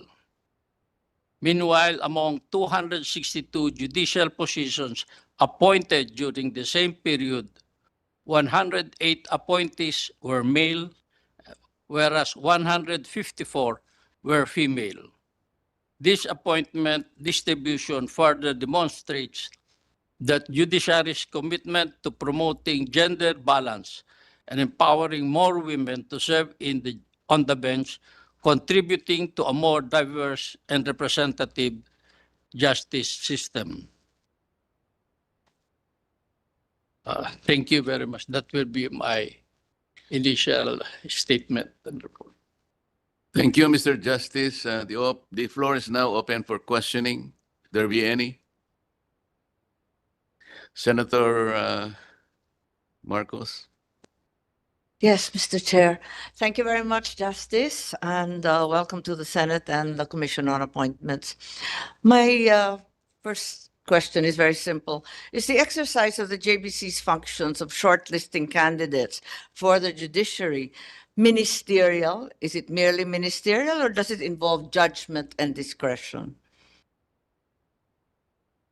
Your Honor, it involves judgment and discretion. With respect to the disqualification, there are automatic disqualifications if you have pending cases. But when you meet the criteria and you're not disqualified, then discretion comes in. There are so many factors to be considered by a member in considering an aspirant.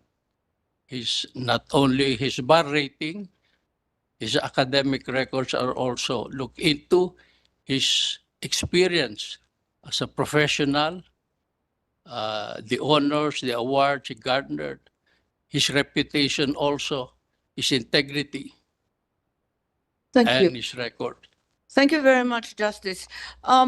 In other words, the JBC is not a mere rubber stamp. Is that correct? I mean, its job is not merely to ensure that it ticks off all the requirements or deletes in the case of disqualifications. So otherwise, the Constitution wouldn't require such stringent qualifications for one to become a JBC member. Isn't that correct, Paul?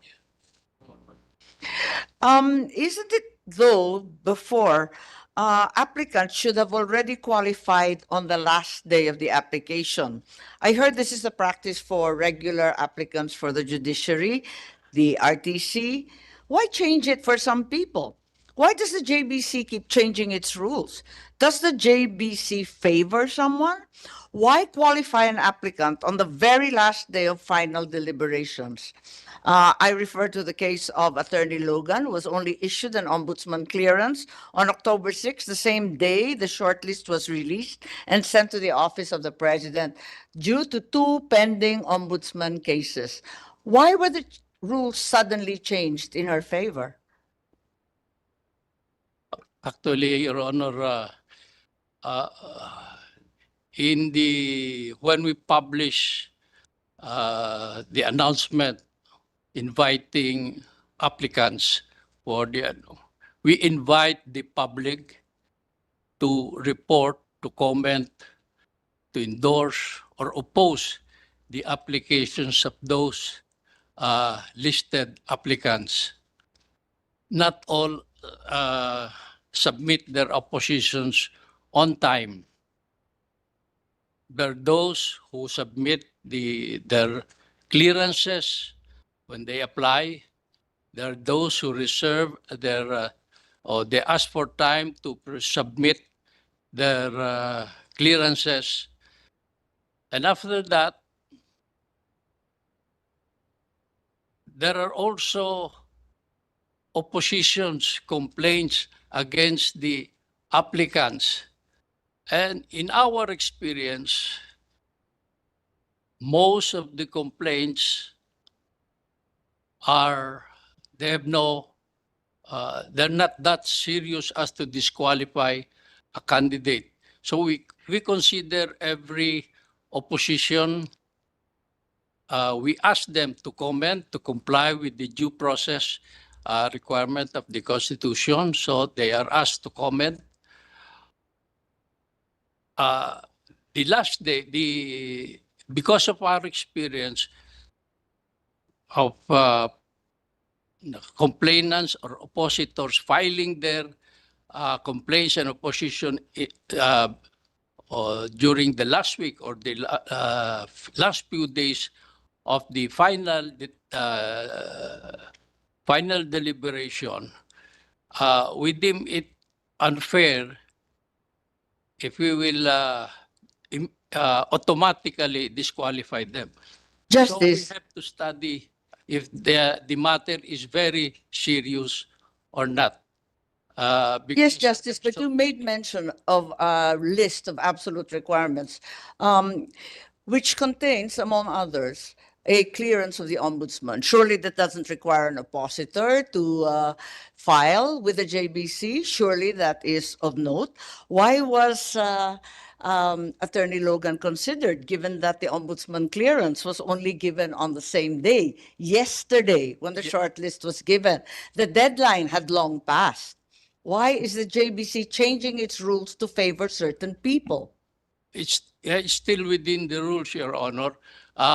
Before the voting, they should, if they can submit a clearance, they can be qualified and can be Even on the same day po. same day. Because they're given to understand that the required documents are supposed to have been submitted in September, as is usual with regular judges in ordinary courts. Yes. With respect to judges, we have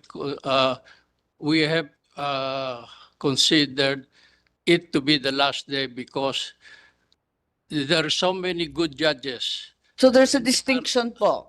When The they are- ombudsman is special and regular judges have to comply with the rules. No, they have the same qualification if they have a pending. But there was a deadline for the requirements to be submitted in September, Oh. a deadline that was actually extended repeatedly. Yes. It is on the last day of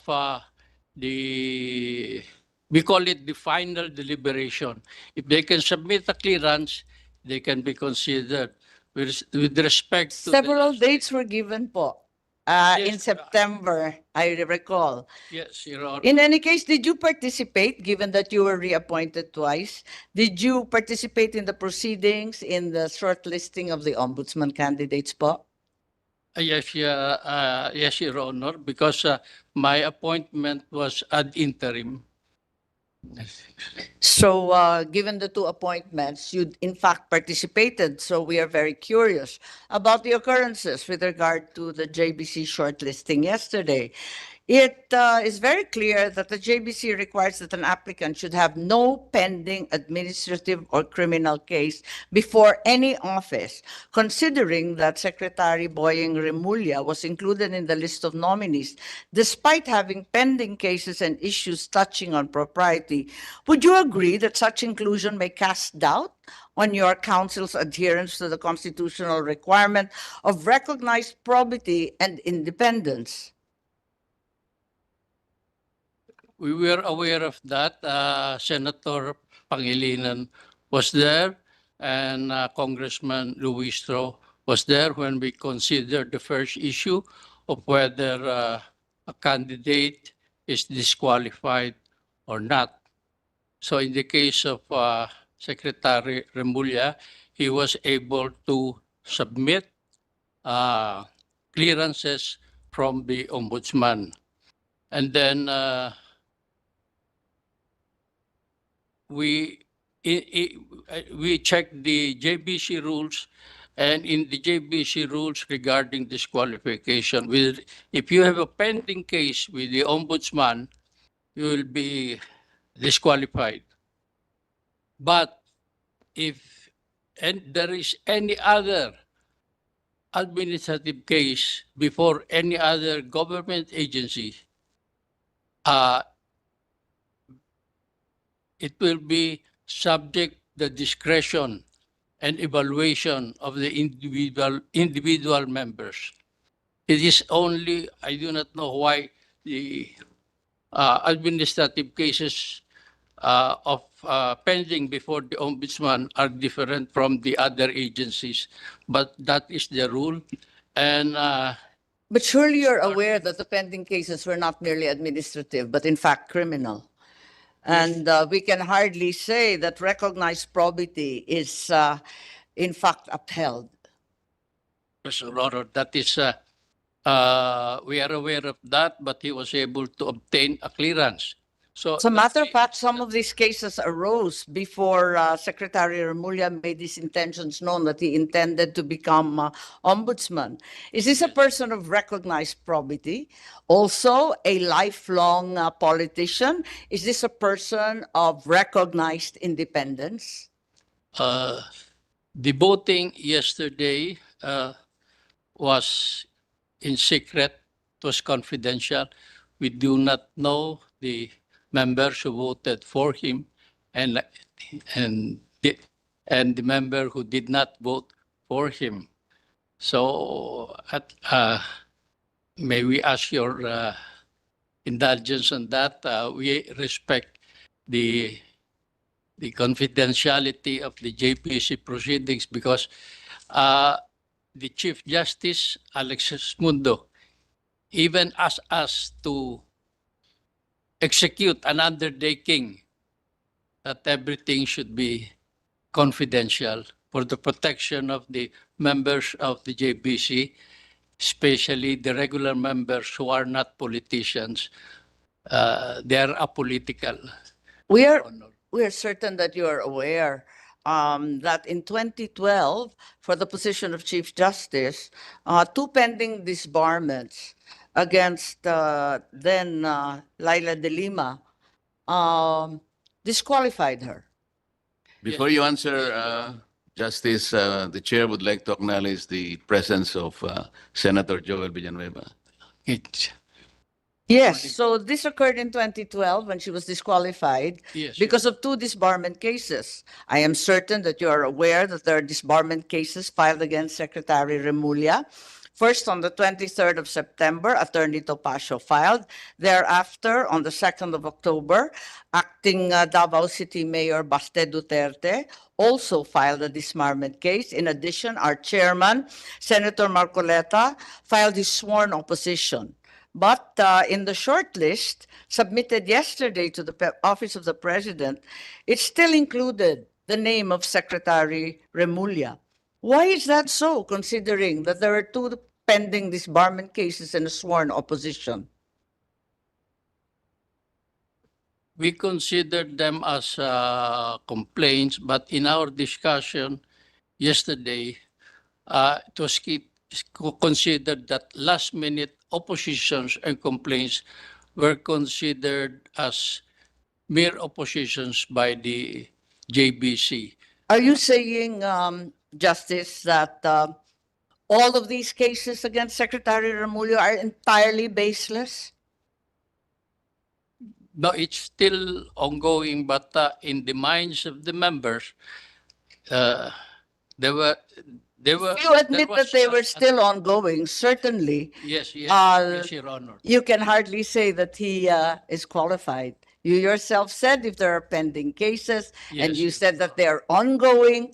Ongoing. How could you have disregarded them and included him in a short list? Uh, You can form your preliminary judgment or opinion on the cases for purposes of JBC proceedings, right? Yes, yes. Are we saying that these are baseless? Is it not clear that the case I filed at the Ombudsman was dismissed by the acting Ombudsman Vargas on the sole ground that the Supreme Court would raise prejudicial questions? Certainly, the Ombudsman didn't tackle the merits in any way. Hence, the JBC should have considered it and given it more weight. Was considered by all the members of the JBC, but we do not know the reasons of each and every member. The JBC. What were your reasons as a member? How did you justify his inclusion?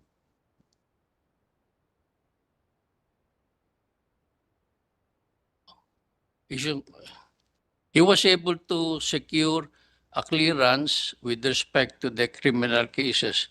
And then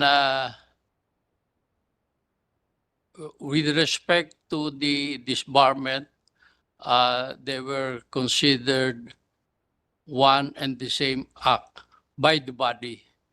The members of the JBC come from different interests. I represent the retired justices. One represents the academe, one represents the private sector, and one represents the IBP. The government is represented, the Senate is represented by. Sir, we're aware of the different sectors represented in the JBC, and we are certain that they're all qualified and fit. However, given the cases that were pending, what will happen as a former Supreme Court justice if the Supreme Court decides that no prejudicial question exists and that the Ombudsman should have resolved the Remulla cases on its merits? Do you think that Secretary Remulla can ever be fair in deciding the cases against himself, now sitting as Ombudsman? If he inhibits, do you think that it will allay any notion of partially considering that it is still his underlings who will finally decide? Does that not put us in an untenable position? Yes, Your Honor, I agree that he has to inhibit himself, but he's in a position to, as the ombudsman, yes, he is in a position to influence the deputies if who will replace him if he inhibits himself. But there's so many factors, and we cannot at this time predict what those factors are. But the human factor is very important. Their background, their sense of justice, like that. Would not that be the same problem if a decision on the two disbarment cases is adverse to Secretary Remulla? How can it be enforced, considering that he is an impeachable officer? Did the JBC not take this into account? We took this into account, Your Honor. We know that there is a process. With respect to disbarment, sometimes they are directly filed with the IBP, and then it goes to it is referred to the council or the committee in the IBP, And then if they have finding already, it will go to the Board of Governors. And all their findings are recommendatory. It is after the Board of Governors of the IBP, they will recommend to the Supreme Court. The Supreme Court will be the final arbiter. Yes, Justice Mendoza, we're aware of the process.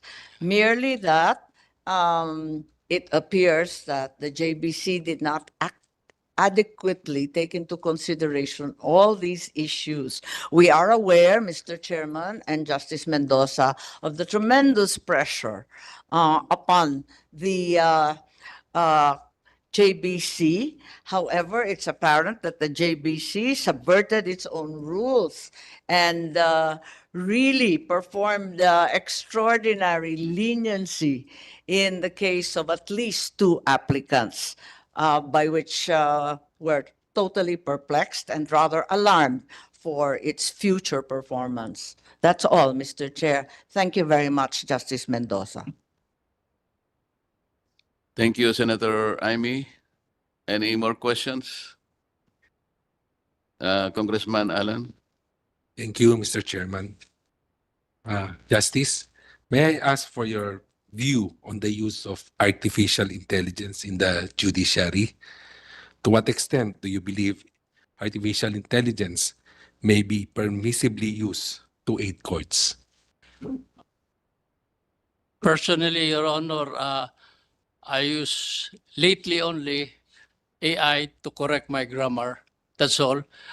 When I research, I try to research on some issues, but I came to the conclusion that at this time, AI is not yet fully developed for me because I was researching on a case of succession and it provided me with the wrong provision. So I never relied on AI itself. But there are so many uses of AI, and for research, I'm not yet endorsing it. But during one of our interviews, there was a judge who said, he's a judge in La Union, he's a top-notcher. He used AI because the transcript, he asked the AI to summarize it, and the AI summarized it, and according to him, it was very accurate.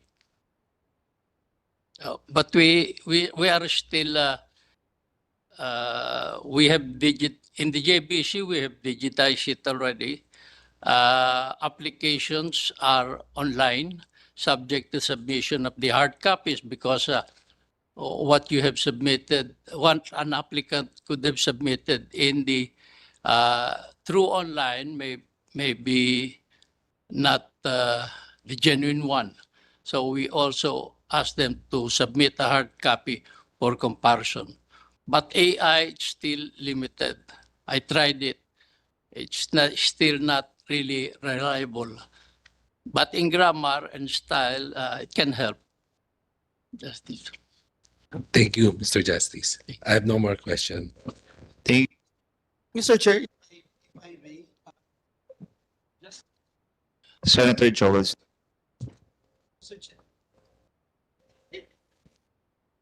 I don't think this is AI problem.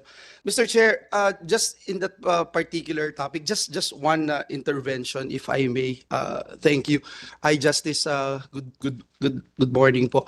Doon po sa framework on artificial intelligence regulation, don't you think it's very important that we come up of a framework on artificial intelligence by coming up with a law that gives framework for our judiciary, Mr. Chair? This has embarked on several innovations, foremost of which is the uh, use of AI also. And we have computerized everything in the judiciary. And one of the first to use computers and online is the JBC. If an applicant will apply in the JBC, if he can apply even if he is in Tawi-Tawi or in Batanes through online, through the ORAS, which is an online registration.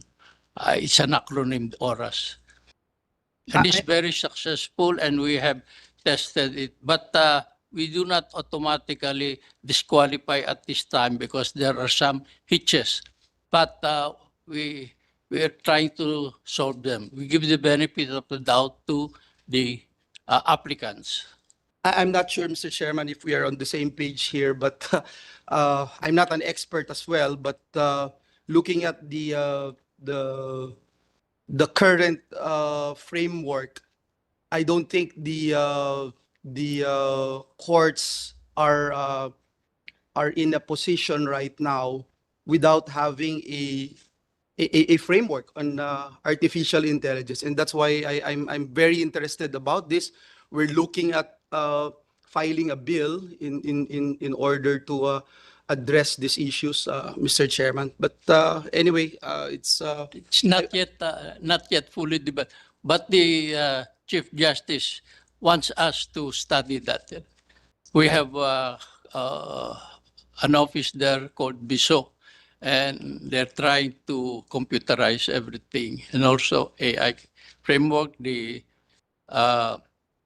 The Supreme Court has, the Chief Justice created a committee to study that. Thank you, Mr. Chair. Thank you. Thank you, Senator Villanueva. Justice, a few questions from the chair. Is Your Honor. In the previous rules of the Judicial and Bar Council, those with pending cases or pending complaints are automatically disqualified. The case in point is that case of then Senator, now Congresswoman Laila de Lima. Because of her pending disbarment case in 2012, she was automatically disqualified.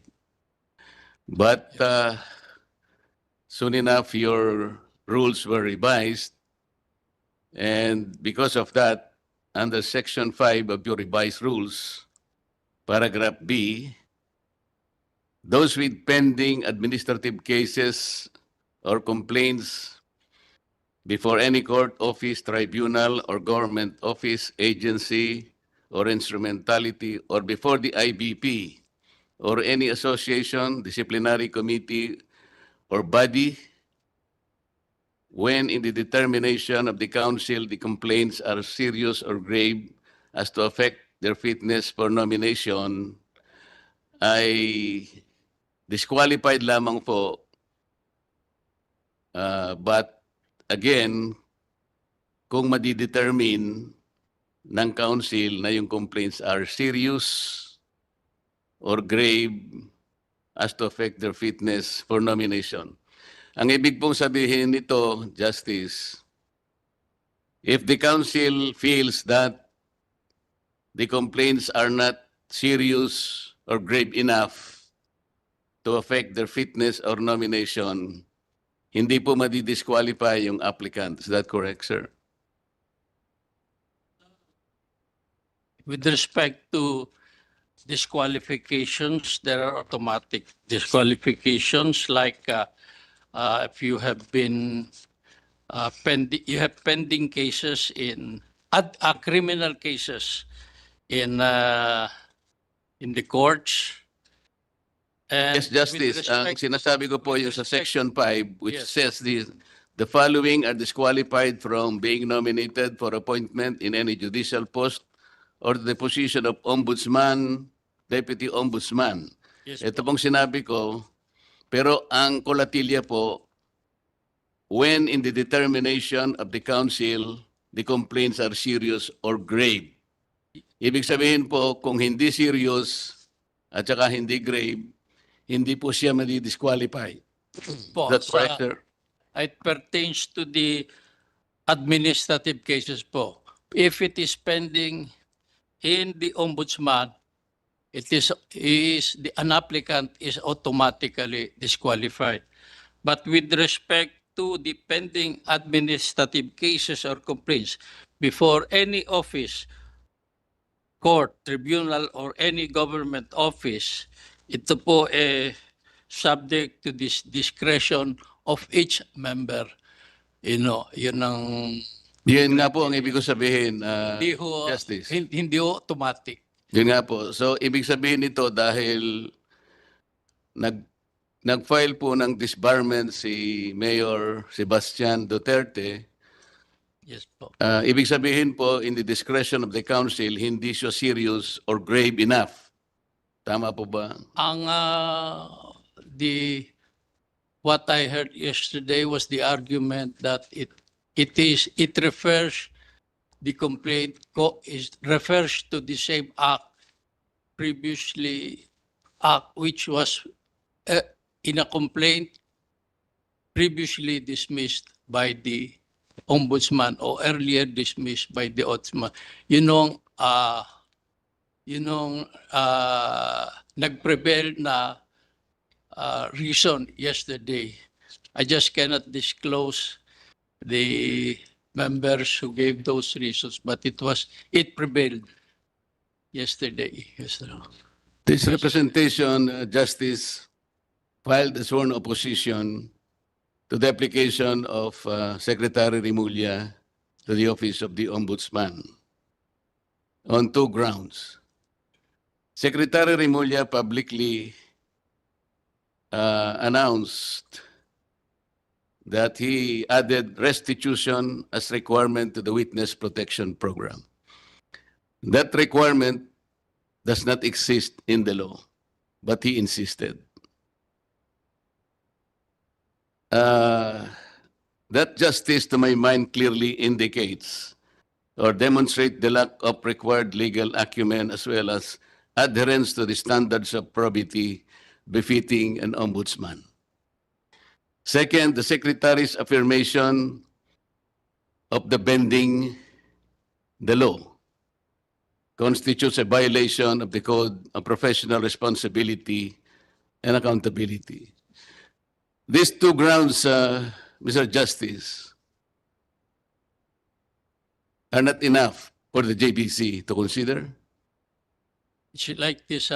We receive your complaint or your opposition against Secretary Remulla. We considered the reasons, but there were two issues yesterday. First was whether or not he is disqualified.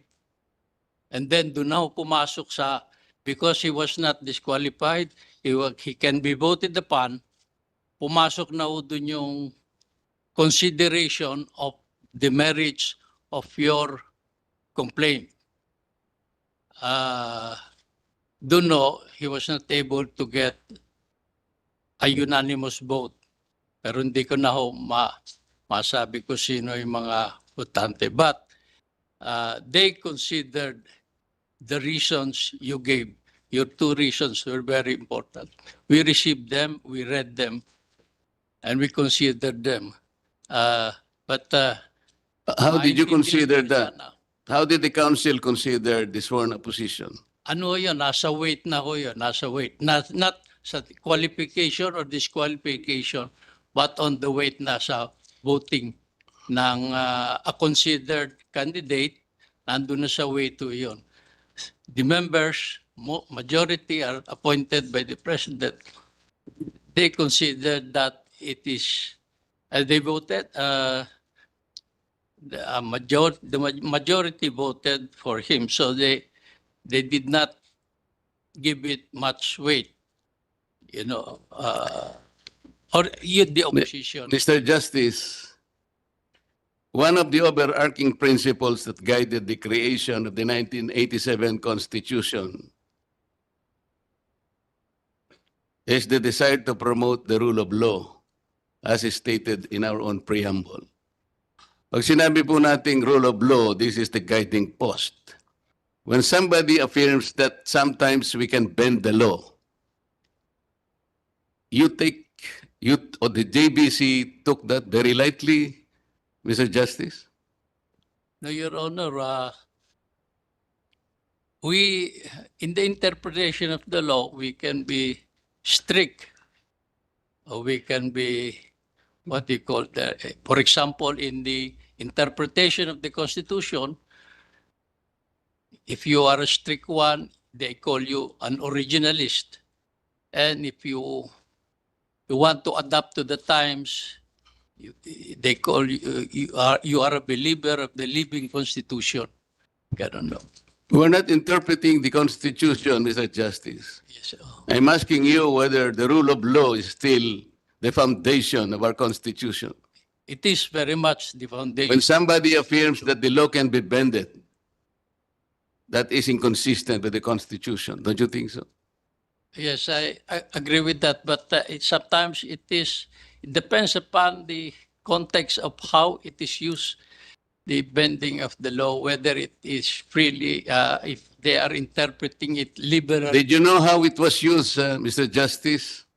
Yes, We were discussing Yes, whether Your or not restitution Yes, Your Honor. is a requirement for an applicant to be processed under the Witness Protection Program. Yes, Your And suddenly the Secretary of Justice insisted that one requirement is restitution. It is not there. aware of that. Yes, And somebody suggested that sometimes the law should be bent. That Yes, was sir. the context, Mr. Justice. I heard it, Your Honor. I saw it on And if you hear it from no less than the Secretary of Justice, abrogating all the cornerstones of our belief in ourselves, in our Constitution, then you still include him as an applicant to the Ombudsman. Somebody who will preside over the lives, the properties and liberties of every citizen of this country. You take light of that. The JBC will take light of that, Mr. Justice. the majority considered it as slight. So the majority The majority. took light of the opposition of a senator of this republic, Mr. Justice. That is a fact, Your Honor. And 6 of them, based on their discretion, the opposition is not worth it. Is that it, Mr. Justice?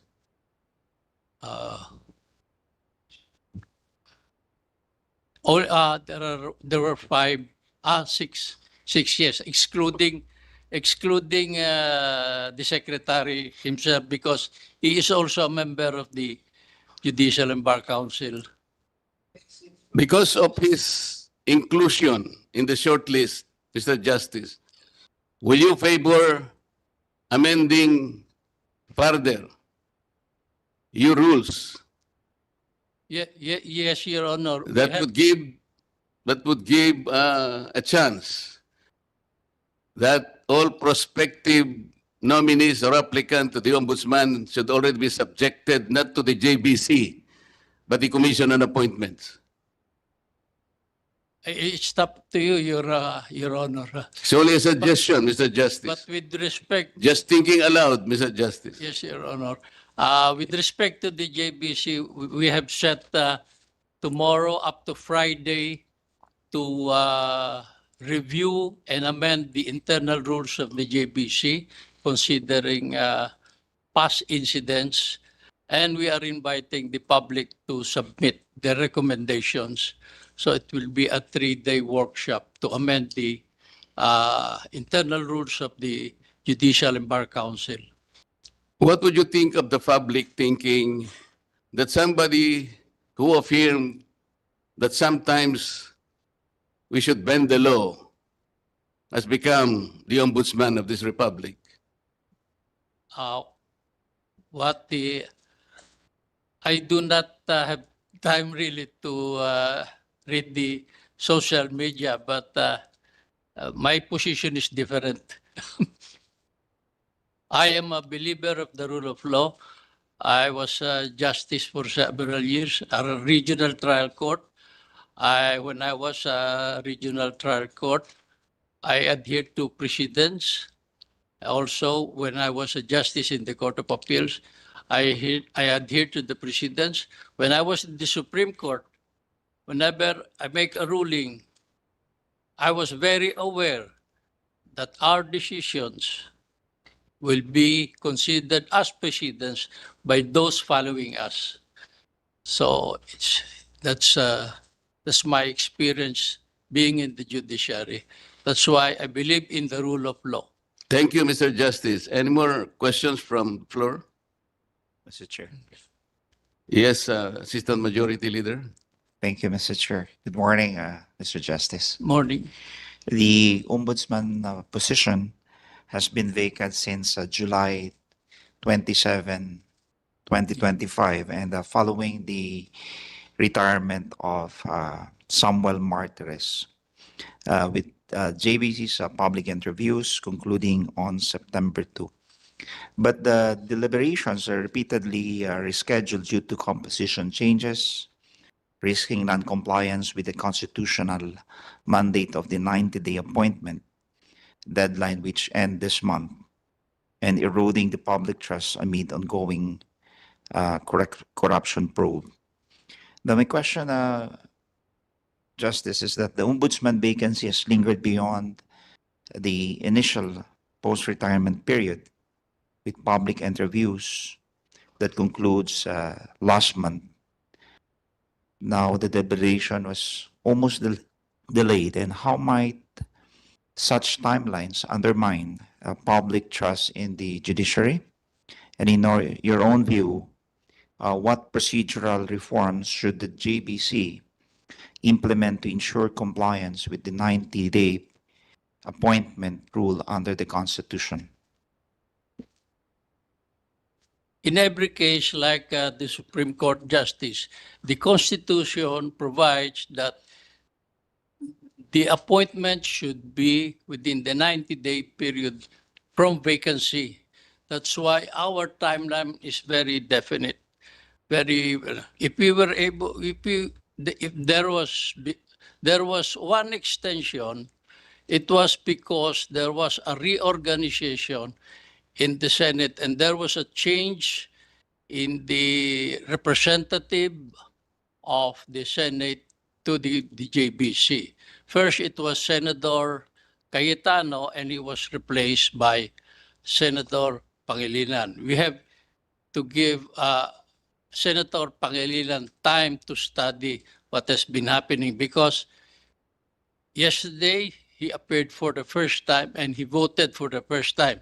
But before that, we gave him all the materials to study because he would be voting. It is the turn of the Senate now. With respect to the rules, Congressman Luistro was there. She participated. She also interviewed the candidates, although only one voted for the ombudsman, because it is now the turn of the senator. But we gave this Senator Pangilinan time to study the candidates. So I think it was reasonable, because there was a change, I think, about, and then it was, I think, originally September 29, because there was, or 19, there was a sudden change.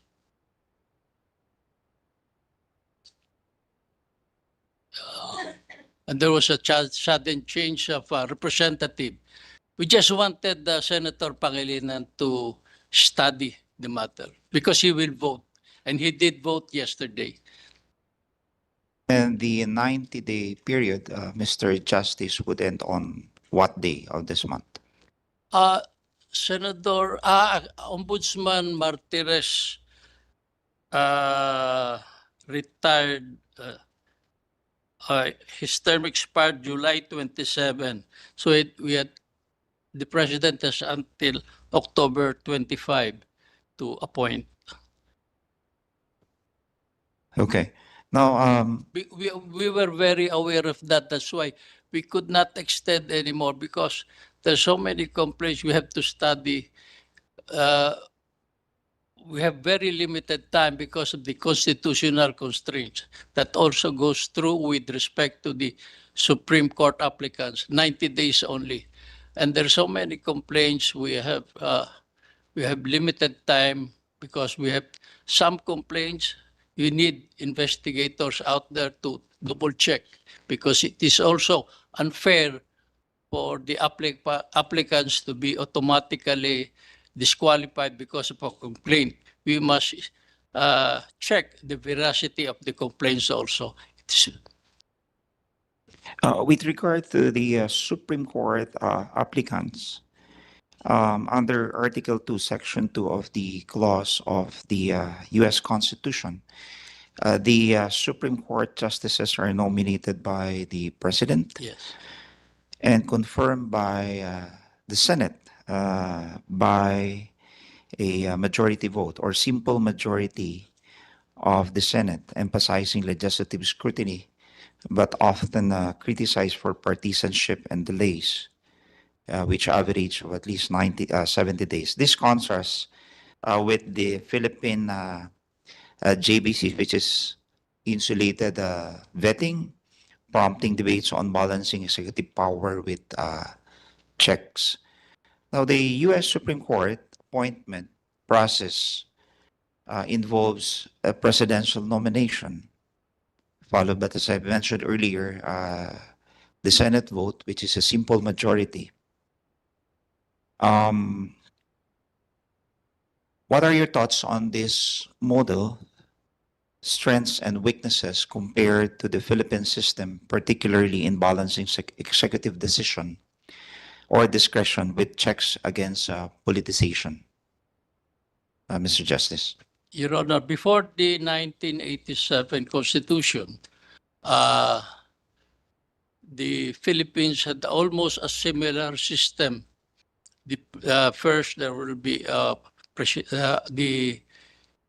the president will name a nominee, and then he will be subjected to his appointment will be considered for confirmation by the Commission on Appointments, consisting of the members of the lower house and the upper house. In the Supreme Court in the United States, as you have mentioned, it is only by the Senate by a majority. I think, and in the 87 Constitution, maybe it was Justice Palma who was a member, he introduced this concept, judicial. It should be, the candidate should be vetted first by the Judicial and Bar Council, and then confirmed by the Commission on Appointments. And then appointed by the President, then but the members are confirmed by, the appointments of the members are confirmed by the Commission on Appointments. I think there is a need. There are pros and cons of those different procedures. I think they have pluses and minuses, but there is a need to study, considering also the Philippine culture, our politics, the people. We are different from the United States. We can adopt it if it will only be the Senate minus the House of Representatives. My personal view is that the House of Representatives should also be represented, either before or after. So, considering that this is a very significant decision, as Supreme Court justices have a lasting impact on the society, would you recommend that we should revert back to the old rule wherein their appointments must be subjected to the confirmation of the Commission on Appointments with the Senate and House contingent being involved? Did not get the first part, sir. Would you consider reverting back to the old rule that Supreme Court appointments will be subject to the confirmation of the Commission on Appointments? Supreme Court. There's nothing wrong with that, because the members of Congress, whether they're senators or representatives, they have different, they can bring their own experience and thoughts in vetting an applicant for the Supreme Court. Thank you, Mr. Justice. Now, on a lighter note, kayo ho ay dating seminarista. Yes po. Pareho tayo. Pero you penned two landmark cases upholding the separation of church and state. Yes po. Can you share with us kung ano tong dalawang Supreme Court decision, landmark case that upholds the separation of church and state? Actually, yung sa the first one is the RH law, sir. Yung RH, I declared that the RH law is not unconstitutional. But there are provisions there which I recommended to be, because as a ponente, you just recommend, subject pa ho yan ng mga agreement, disagreement ng inyong kasamahan. I recommended that they be, because, for example, sa health, if you do not agree with the family planning, you'll be terminated. And that will be against your religious belief. Because you do not believe in abortion, you will be terminated.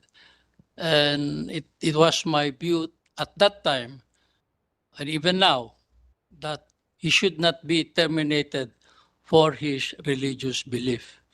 Ganon no. The other case that you penned? The other case is somebody complained that the Hall of Justice in Quezon City is being turned into, because the complaint was that it was favoring the Catholic Church and that it should be forever banned, the holding of masses in Quezon City Hall.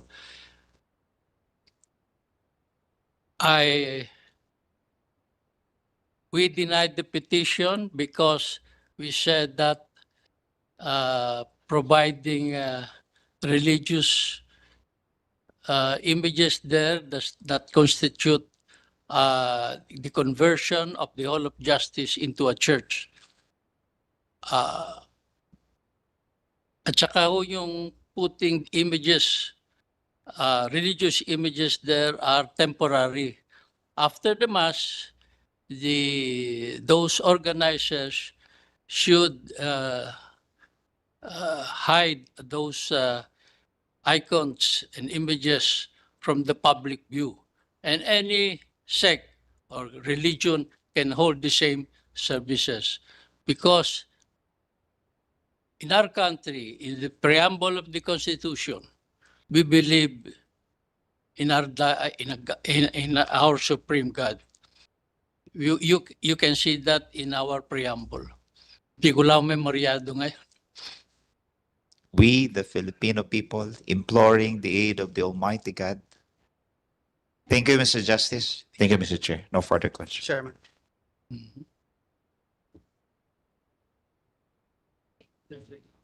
Senator Joel. Yes, thank you, Mr. Chairman. Mr. Chairman, I actually have a couple of questions here with me, but I can forgo some of it if you are in a hurry, Mr. Chairman. But there's one topic and issue that I'd like to raise. But before that, let me commend our justice for stating the fact that in our preamble we believe in Almighty God. And so, as mentioned by our Deputy Majority Leader, in reciting the preamble of our Constitution with the sovereign Filipino people imploring the aid of the Almighty God.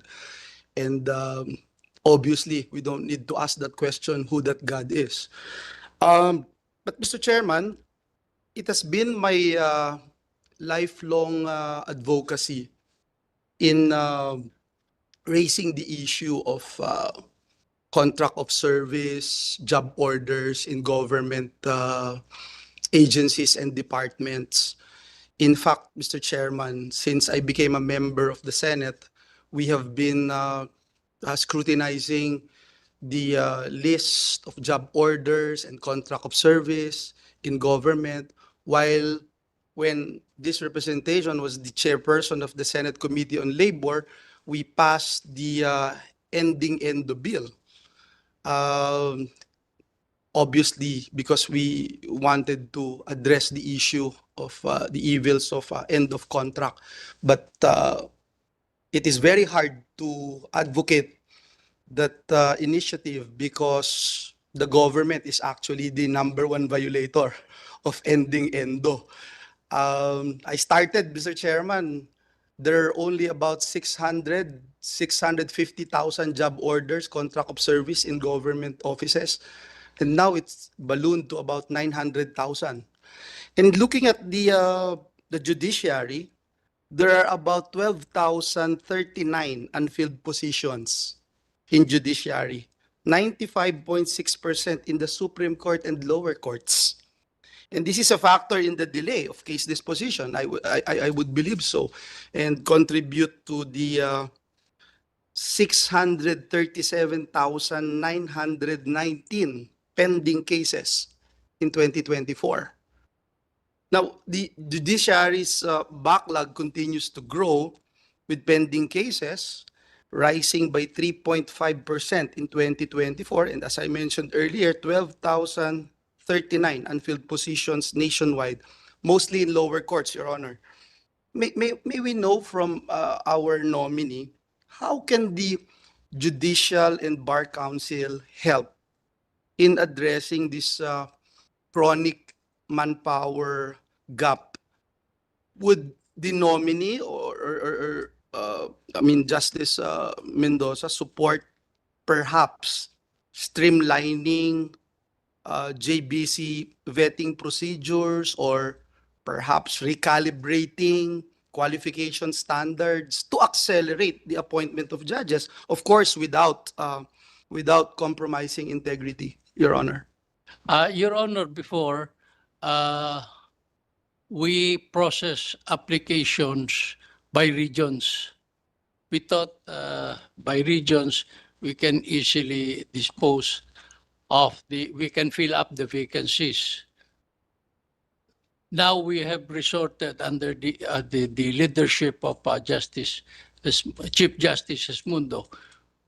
We opened them simultaneously nationwide from Apari to Hulo to Tawi-Tawi. We simultaneously open. As if there are vacancies, we open them upon recommendation of the court administrator. But there are some newly created courts we just cannot open for application because there are no infrastructures.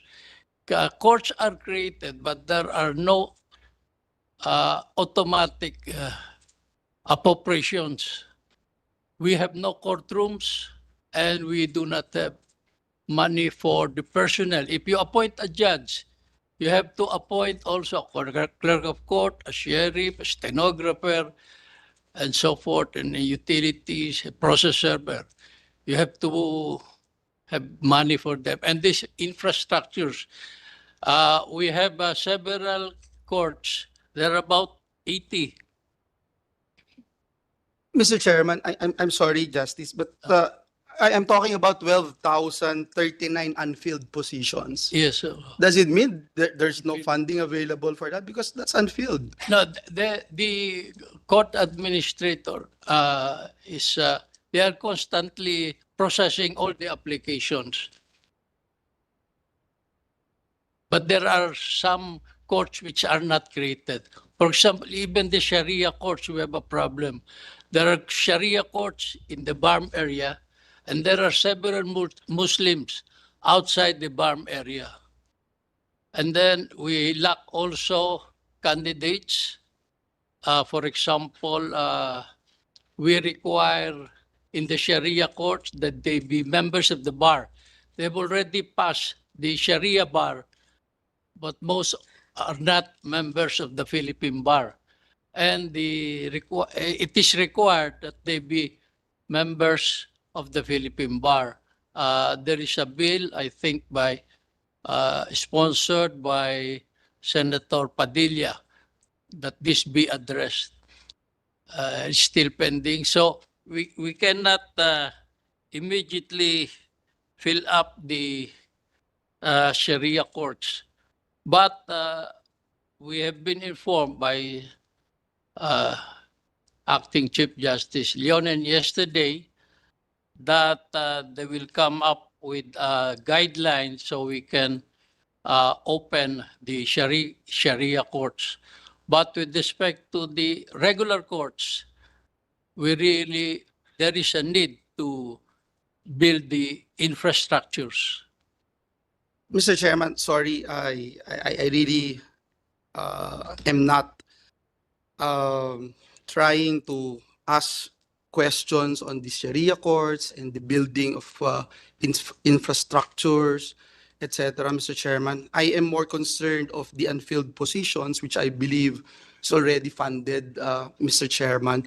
So just to put on record, may we know if the nominee is supporting perhaps the streamlining of JBC vetting procedures, or perhaps, again, recalibrating qualification standards to somehow accelerate the appointment of judges, again, emphasizing without compromising the integrity of the nominees, Mr. Chair. I am for that, Your Honor.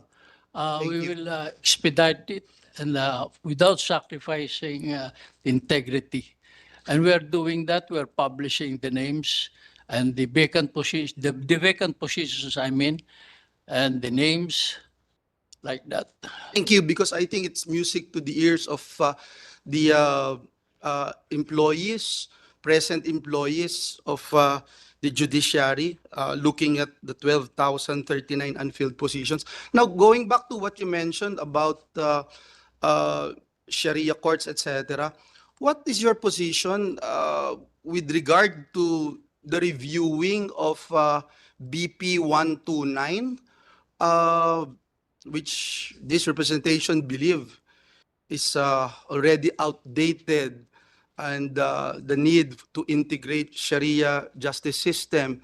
If you look at the geography of our country and the situation right now, on how we'll be more responsive in reviewing BP 129, Your Honor?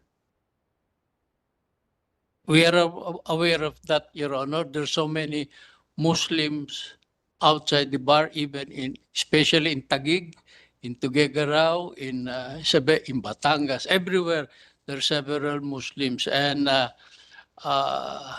the courts, Sharia court should be established there. Thank you. And one last thing, what's your position in revising our penal code, yung decriminalizing yung mga karakrus? Mr. Justice, kawawa naman hanggang ngayon. Personal position, no? Mhm. It's still in the law books, but upon dapat nga lighter ang penalty. Very, very light. Very, very light or Oh. i-decriminalize na lang, Karakrus? Decriminalize pwede rin. Anyway, Mr. Chairman, Because that's, we have our casinos and they can, and we can't even stop online gambling, yes. Your Honor. Mr. Chairman, I will finish my interpellations and thank our good Justice Mendoza. Thank you, Mr. Chairman. Thank you, Senator Joel. Last question from the Chair, Justice. Yes, Your Honor. Yan pong mga affiliations like fraternity, sorority, where the applicants belong to, di ba? Paano po kaya, do you have some suggestions? Baka sakaling merong mandatory inhibition because alam po ninyo pagka kasama sila sa, malakas po ang impluensya talaga ng mga affiliations. I think that's an open secret. And considering that we are about to maybe in a few days more, the President will appoint the Ombudsman. Sana yung influence ng affiliation, hindi naman strong. Paano ang inyong, what is your view on this, Mr. In my Mr. experience, at the present time, classmates hindi ho ground for mandatory inhibitions, pati brotherhood in the fraternity, hindi rin automatic ang inhibition, hindi rin mandatory. And also membership in, for example, Rotary, Lions, hindi rin automatic. So it depends. Kung minsan, yung brothers ang naglalaban sa court. But they should be reviewed. Baka at this time, pwede. Thank you for the answer, Mr. Justice. Any more questions from the floor? If there are no more inquiries and clarifications, Senator Amy. Yes, Mr. Chair. Thank you very much, Senator Marcoleta and Justice Mendoza. I am, however, deeply disturbed, nay, alarmed by the responses of Justice Mendoza to the questions of the chair, of Congressman Garbin, of Senator Villanueva, and those of myself, casting a doubt on indeed the probity and independence of the Judicial Bar Council.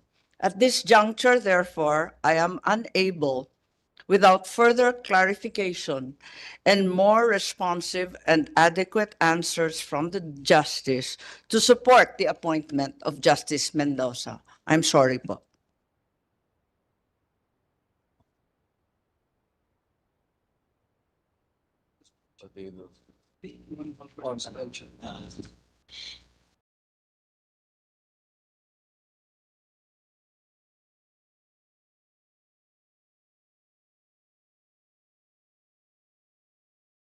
Mr. Chairman, may I ask for a minute suspension? Yes, Chair.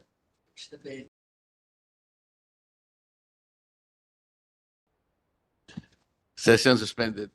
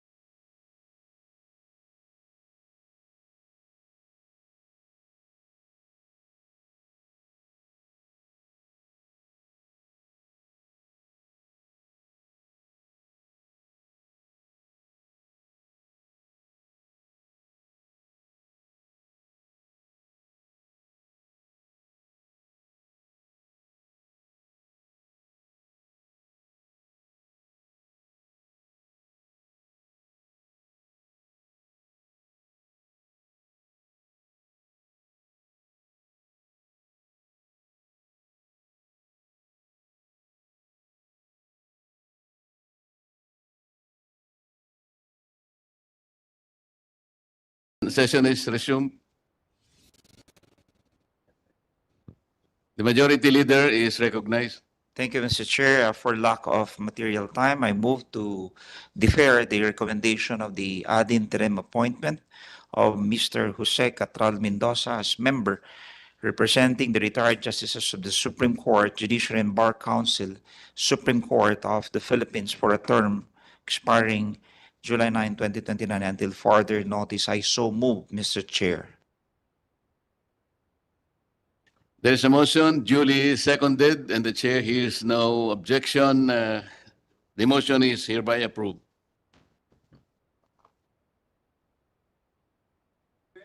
Move to adjourn, Mr. Chair. There's a motion duly seconded. The hearing is suspended.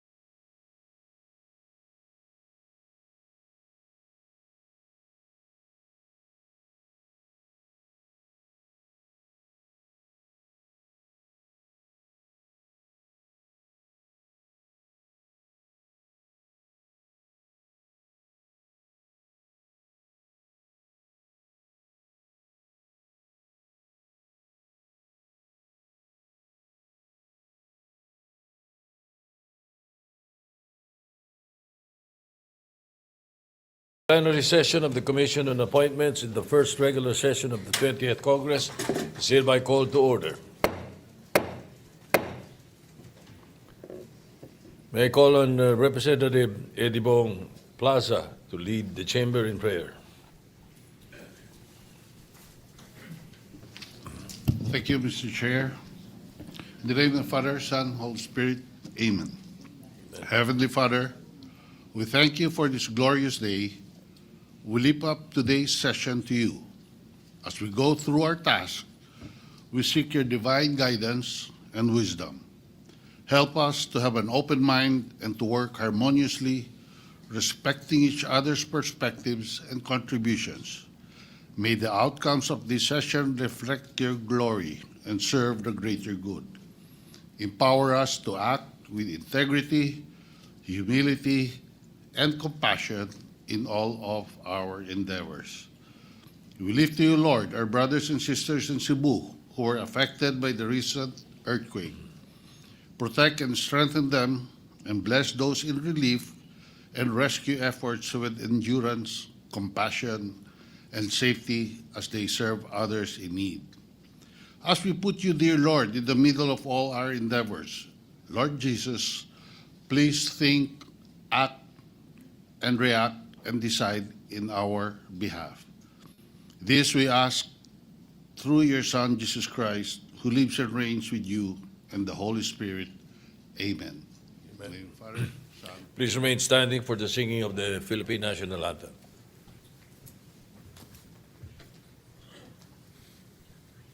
Bayang magiliw, pelas ng sinanganan, alab ng puso, sa dibdib mo'y buhay. Lupang hinirang, tuyan ka ng magiting, sa manlulupi, di ka pasisihin. Sa dagat at bundok, sa simoy at sa langit mong magaw, may nilagang tula at awit sa paglayang minamahal. Ang kisap ng watawat mo'y tagumpay na naglilinging, ang bituin at araw niya kailan pa may di magdidilim. Lupa ng araw ng walang hating pagsinta, buhay ay langit sa piling mo. Aming ligaya na pag may mga api, ang mamatay ng dahil sa'yo.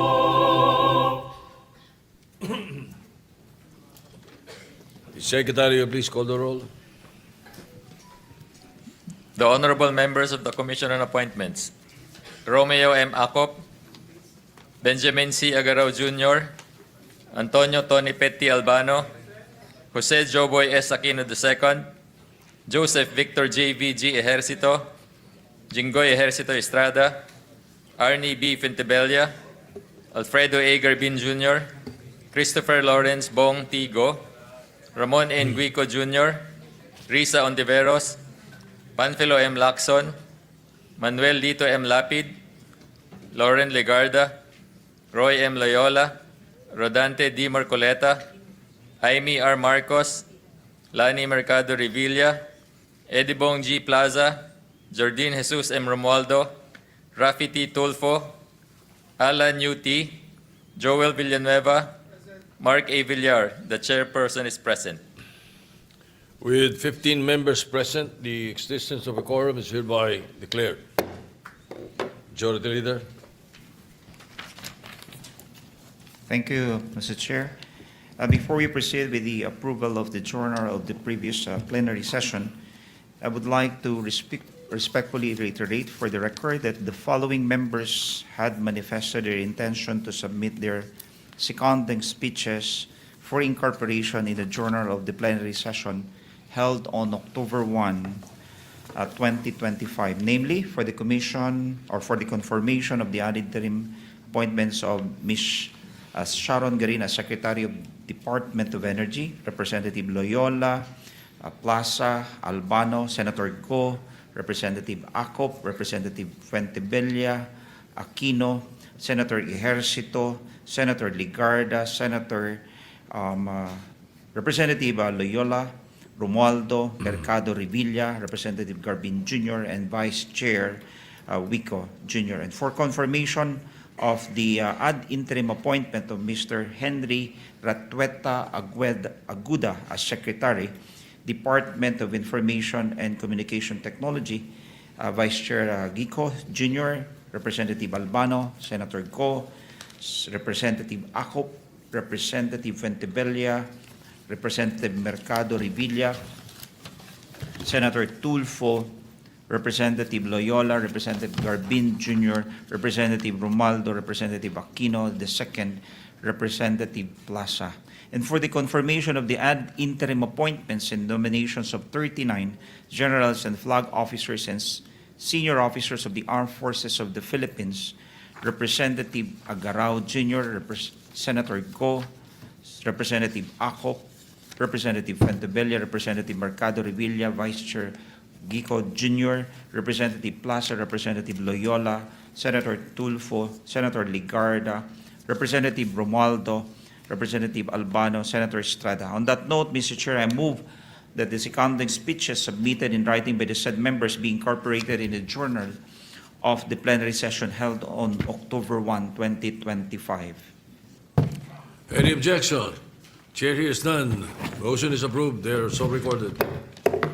Mr. Chair, I move to dispense the reading of the journal of the plenary session held on October 1, 2025 and consider the same as approved. Any objection? Hearing none, the reading of the journal of the plenary session held 1st October 2025 is hereby dispensed with, and the same is considered as approved. Majority Leader. Mr. Chair, may we now proceed to consider the recommendations of the Committee on Foreign Affairs on the nominations and ad interim appointments of 5 officials in the Department of Foreign Affairs. Any objection? The Chair hears none. Consideration of the recommendation of the Committee on Foreign Affairs is in order. Mr. Chair, before we recognize the chairperson of the Committee on Foreign Affairs, I move that the letter dated October 6, 2025 from Assistant Secretary Christopher B. Montero of the Human Resource Management Office, Department of Foreign Affairs, requesting the waiver of personal appearances of 2 officials in the department for the reasons therein stated be approved. Any objection? Hearing none, the motion is approved. Mr. Chair, I move that we recognize the chairperson of the Committee on Foreign Affairs, Senator Pampilo Lacson. However, on behalf of Senator Lacson, who is not feeling well, may we recognize Representative Antonio Tonipet Albano, who will deliver the recommendations for the committee.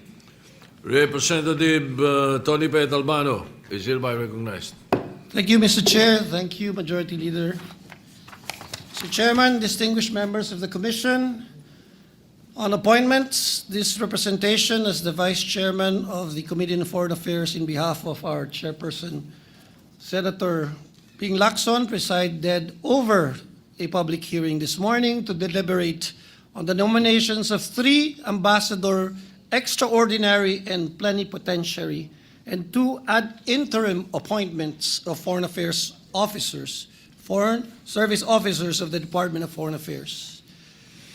Mr. Chair, after deliberating on the qualifications and experience of the nominees and appointees in their respective fields, the committee has determined that all are fit and qualified for the positions to which they have been nominated and appointed. The committee therefore ruled to recommend that plenary give its consent and approval to the nominations in ad interim appointments. To this end, it is my distinct honor to recommend that the committee give its consent to the nominations of the following: Ambassador Noraline Baha as Ambassador Extraordinary and Plenipotentiary to the Sultanate of Oman, Ambassador Charmaine Rowena Aviquiville as the Ambassador Extraordinary Plenipotentiary to the Arab Republic of Egypt, and Ambassador Myla Grace Makahilig as Ambassador Extraordinary and Plenipotentiary to the Republic of South Africa. Mr. Chair, our first nominee, and may we ask her to stand up, is Madam Ambassador Noraline Baha. who brings an impressive blend of academic background and years of professional experience. She holds a master's degree in communication from the University of the Philippines de Laman and a diploma in the International Relations and Economic Cooperation from the German Foundation for International Development. With 38 years of foreign service, Ambassador Baha started her diplomatic career in the department in 1987 as a Foreign Service Staff Officer 3. She worked her way up the Foreign Service organizational hierarchy to assume significant posts at the home offices and overseas, including, among others, as Director of the Office of the United Nations and International Organization. She was also Minister and Consul General, later Deputy Permanent Representative of the Philippine Mission to the United Nations and the other international organizations, and as Assistant Secretary of the Department of Foreign Affairs. Currently, she serves as the Ambassador of the Republic of South Africa, a position she has held since 2022 and is commended for strengthening the embassy's political and economic diplomacy sections and for effectively networking with political and economic actors in South Africa. Ambassador Baha has also been appointed as the 8th Philippine envoy and the only first female ambassador to South Africa since the establishment of the country's diplomatic relations in 1993. She was also lauded for spearheading the development of the United Nations Joint Program on Human Rights through consultations among relevant agencies, civil societies, and the United Nations. Backed by high integrity, intellectual brilliance, and professional excellence, Ambassador Noraline Baha has demonstrated that she will continue to serve as the steady hand of the country in fostering cultural and economic ties, and in advancing the country's interests with diplomacy and grace. Her steadfast commitment to public service and her ability to bridge diverse perspectives make her an invaluable representative of our nation.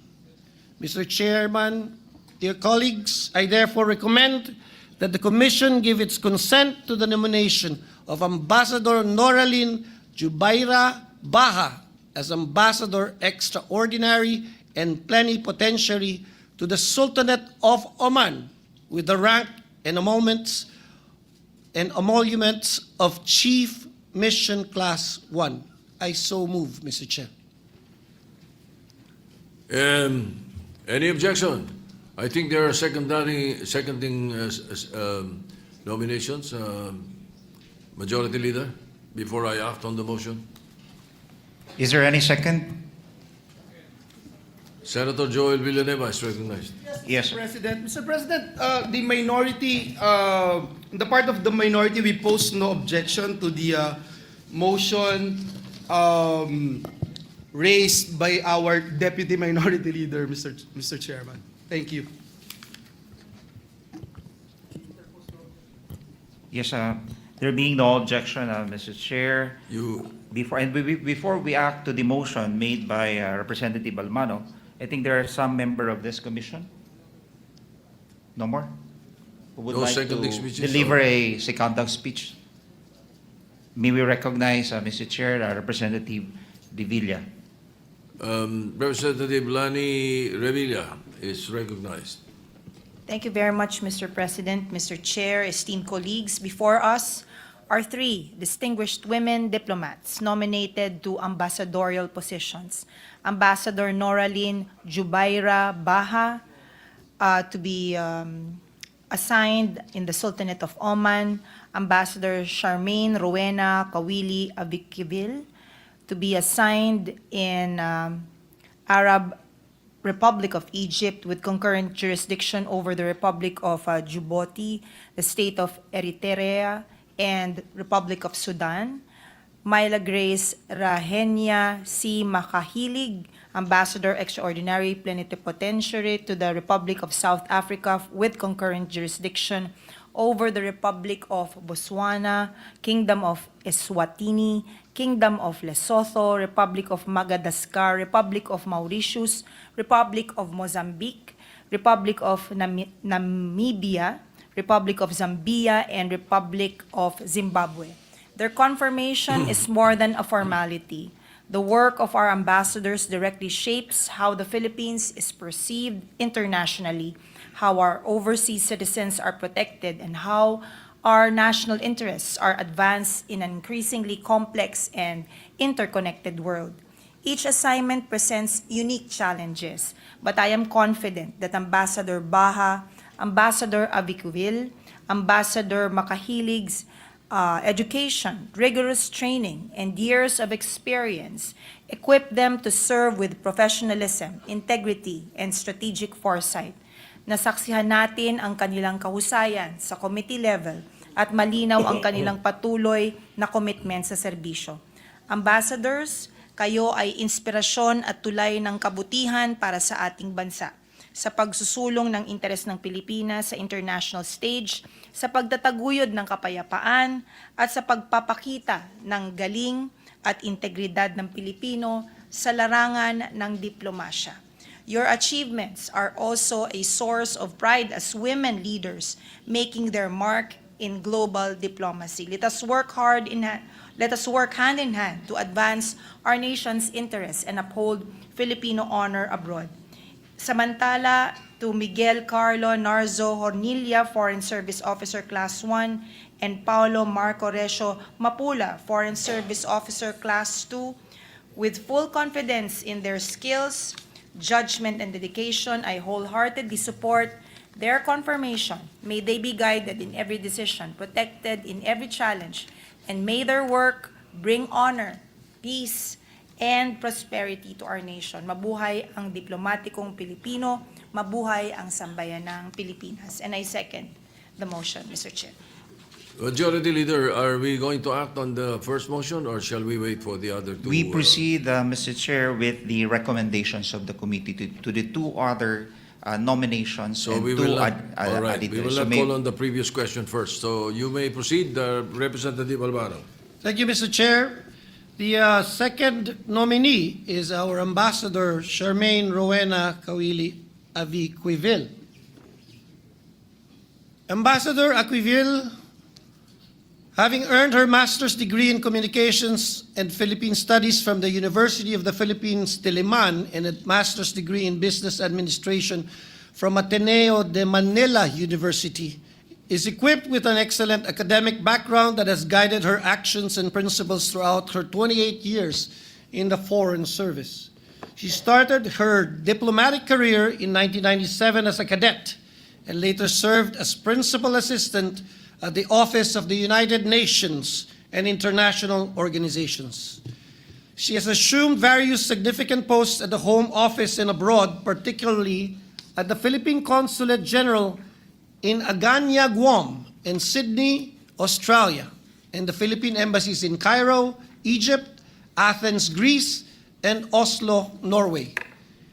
In August 2025, she was nominated as the Ambassador Extraordinary and Plenipotentiary to the Arab Republic of Egypt, with concurrent jurisdiction over the Republic of Djibouti, the State of Eritrea, and the Republic of the Sudan.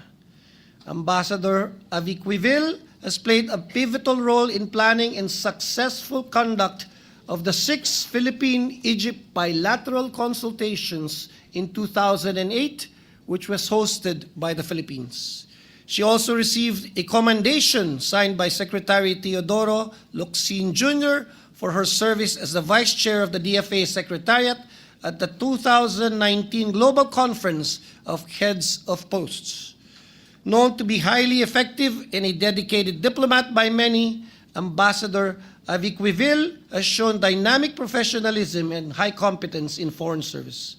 Mr. Chairman, I therefore recommend also that the Commission give its consent to the nomination of Ambassador Charmaine Rowena Kawili Aviquivil as Ambassador Extraordinary and Plenipotentiary to the Arab Republic of Egypt with a concurrent jurisdiction over the Republic of Djibouti, the State of Eritrea, and the Republic of Sudan with the rank emoluments of a Chief of Missions Class 2. I so move, Mr. Chair. And the third, Mr. Chair, nominee is our Ambassador Myla Grace Makahilig. She started her career in 1987 as a research assistant from the Department of Science and Technology in Iloilo City. She joined DFA in 1998 as a Foreign Service Officer Cadet and worked her way up in the Foreign Service organizational hierarchy to assume significant posts here and abroad, particularly at the Philippine embassies in Wellington, New Zealand, and London in the United Kingdom. She has served in her current position as Ambassador to the Holy See with concurrent jurisdiction over the Sovereign Order of Malta since 21 of October 2021. Most notably, Ambassador Makahilig was commended for her sterling leadership, which earned the DFA Office of Financial Management its first ever Global Implementer Award for the implementing the ENGAS, or Electronic Enhanced New Government Accounting System, and e-budget system in the Foreign Service Post. Mr. Chairman, again, I therefore recommend that the Commission give its consent to the nomination of Ambassador Myla Grace Rahina Catalbas Makahilig as the Ambassador Extraordinary and Plenipotentiary to the Republic of South Africa with current jurisdiction over the Republic of Botswana, Kingdom of Eswatini, Kingdom of Lesotho, Republic of Madagascar, Republic of Mauritius, Republic of Mozambique, Republic of Namibia, Republic of Zambia, and the Republic of Zimbabwe with the rank and emoluments of a Chief of Mission Class 2. I again so move, Mr. Chair. And Mr. Chairman, I likewise move for the approval of the ad interim appointments of the following service officers of the Department of Foreign Affairs who are with us in Zoom, because they are actually in both New York, in our embassies in New York, and in our embassy in Frankfurt. The persons being Mr. Miguel Carlo Narzo Hornilia to the rank of Foreign Service Officer Class 1, and Mr. Paolo Marco Recchio Mapula to the rank of Foreign Service Officer Class 2. I so move, Mr. Chair, and thank you. Majority Leader. Thank you, Mr. Chair. Is there any other member who would like to deliver their seconding speeches? Senator Villanueva, the Minority Leader, is recognized. Thank you very much, Mr. President, Mr. Chair, Majority Leader. On the part of the minority, we again put into the records of this August chamber that we pose no objection to the nominations and ad interim appointments of Ambassador to Oman, Noraline Baha, Ambassador to Egypt with concurrent jurisdiction over Djibouti, Eritrea, and Sudan, Charmaine Avikiville, Ambassador to South Africa with concurrent jurisdiction over Botswana, Eswatini, Lesotho, Madagascar, Mauritius, Mozambique, Namibia, Zambia, and Zimbabwe, Myla Makahilig, and the two Foreign Service Officer, Class 1 and Class 2, Miguel Hornilia and Paulo Mapula. We'd like to put on record, Mr. President, that these nominees have all demonstrated their dedication to advancing Philippine interests and supporting overseas Filipinos, especially our OFWs in their respective posts, Mr. President. We pray in their new roles, they will continue to uphold the highest standards of service, enhance consular services, address the needs of Filipino communities, and ensure the continued protection and support of OFWs, all while strengthening our diplomatic relations in the respective jurisdictions. Thank you, Mr. President.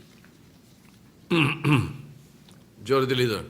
Mr. Chair, Senator Christopher Go, Senator Rafi Tulfo, Vice Chair Ramon Wico Jr., Representative Garbin, Representative Eddie Bong Plaza, Representative Romeo Acop, and Fuentebella would like or wishes to submit their seconding speech in writing to be incorporated in the journal of today's session. In this regard, I move that the written seconding speeches of the other members as may be submitted likewise be incorporated in the journal of today's session, Mr. Chairman.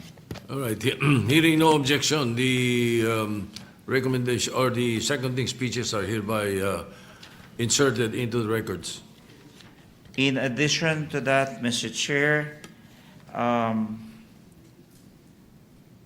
Senator Villanueva would like also to include his seconding speeches in the journal, Mr. Chairman. All right. So noted. Mr. Chair, may we reiterate the earlier motion of the acting committee chairperson, Representative Antonio Tonipet Albano, that the Commission gave its consent to the nominations and confirm the ad interim appointments of 5 officials in the Department of Foreign Affairs. I so move, Mr. Chair.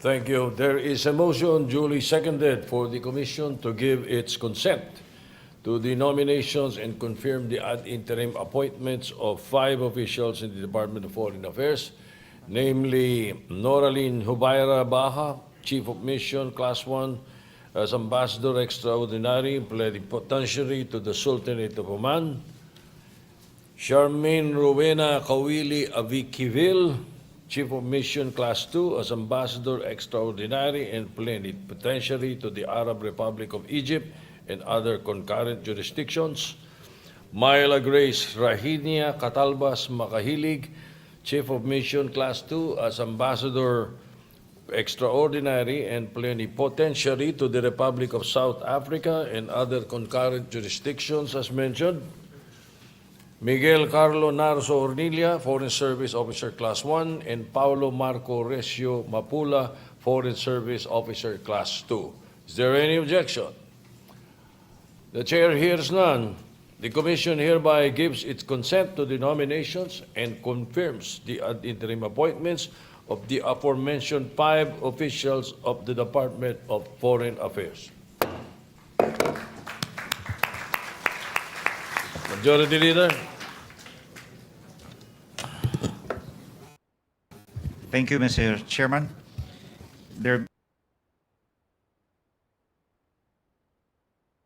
being no other matter. But before we adjourn, Mr. Chairman, this representation would like to extend our warmest greetings to our distinguished colleague, Representative Alan UT, who is celebrating or will be celebrating his birthday on October 9, 2025. And so we wish the Honorable T good health, happiness, and continued success in his endeavors, both in public service and in personal life, Mr. Chair. The Chair would like to greet also and congratulates Representative Arnel T. Happy birthday. Wishing you a very happy birthday. And we cannot leave it at that. All right, thank you. Mr. Chair, there being no other matters to discuss, I move to adjourn. Any objection? Chair is none. The session is hereby adjourned. May we ask the Foreign Affairs officials to ascend the rostrum and join us for the photo opportunity of the respective certificates of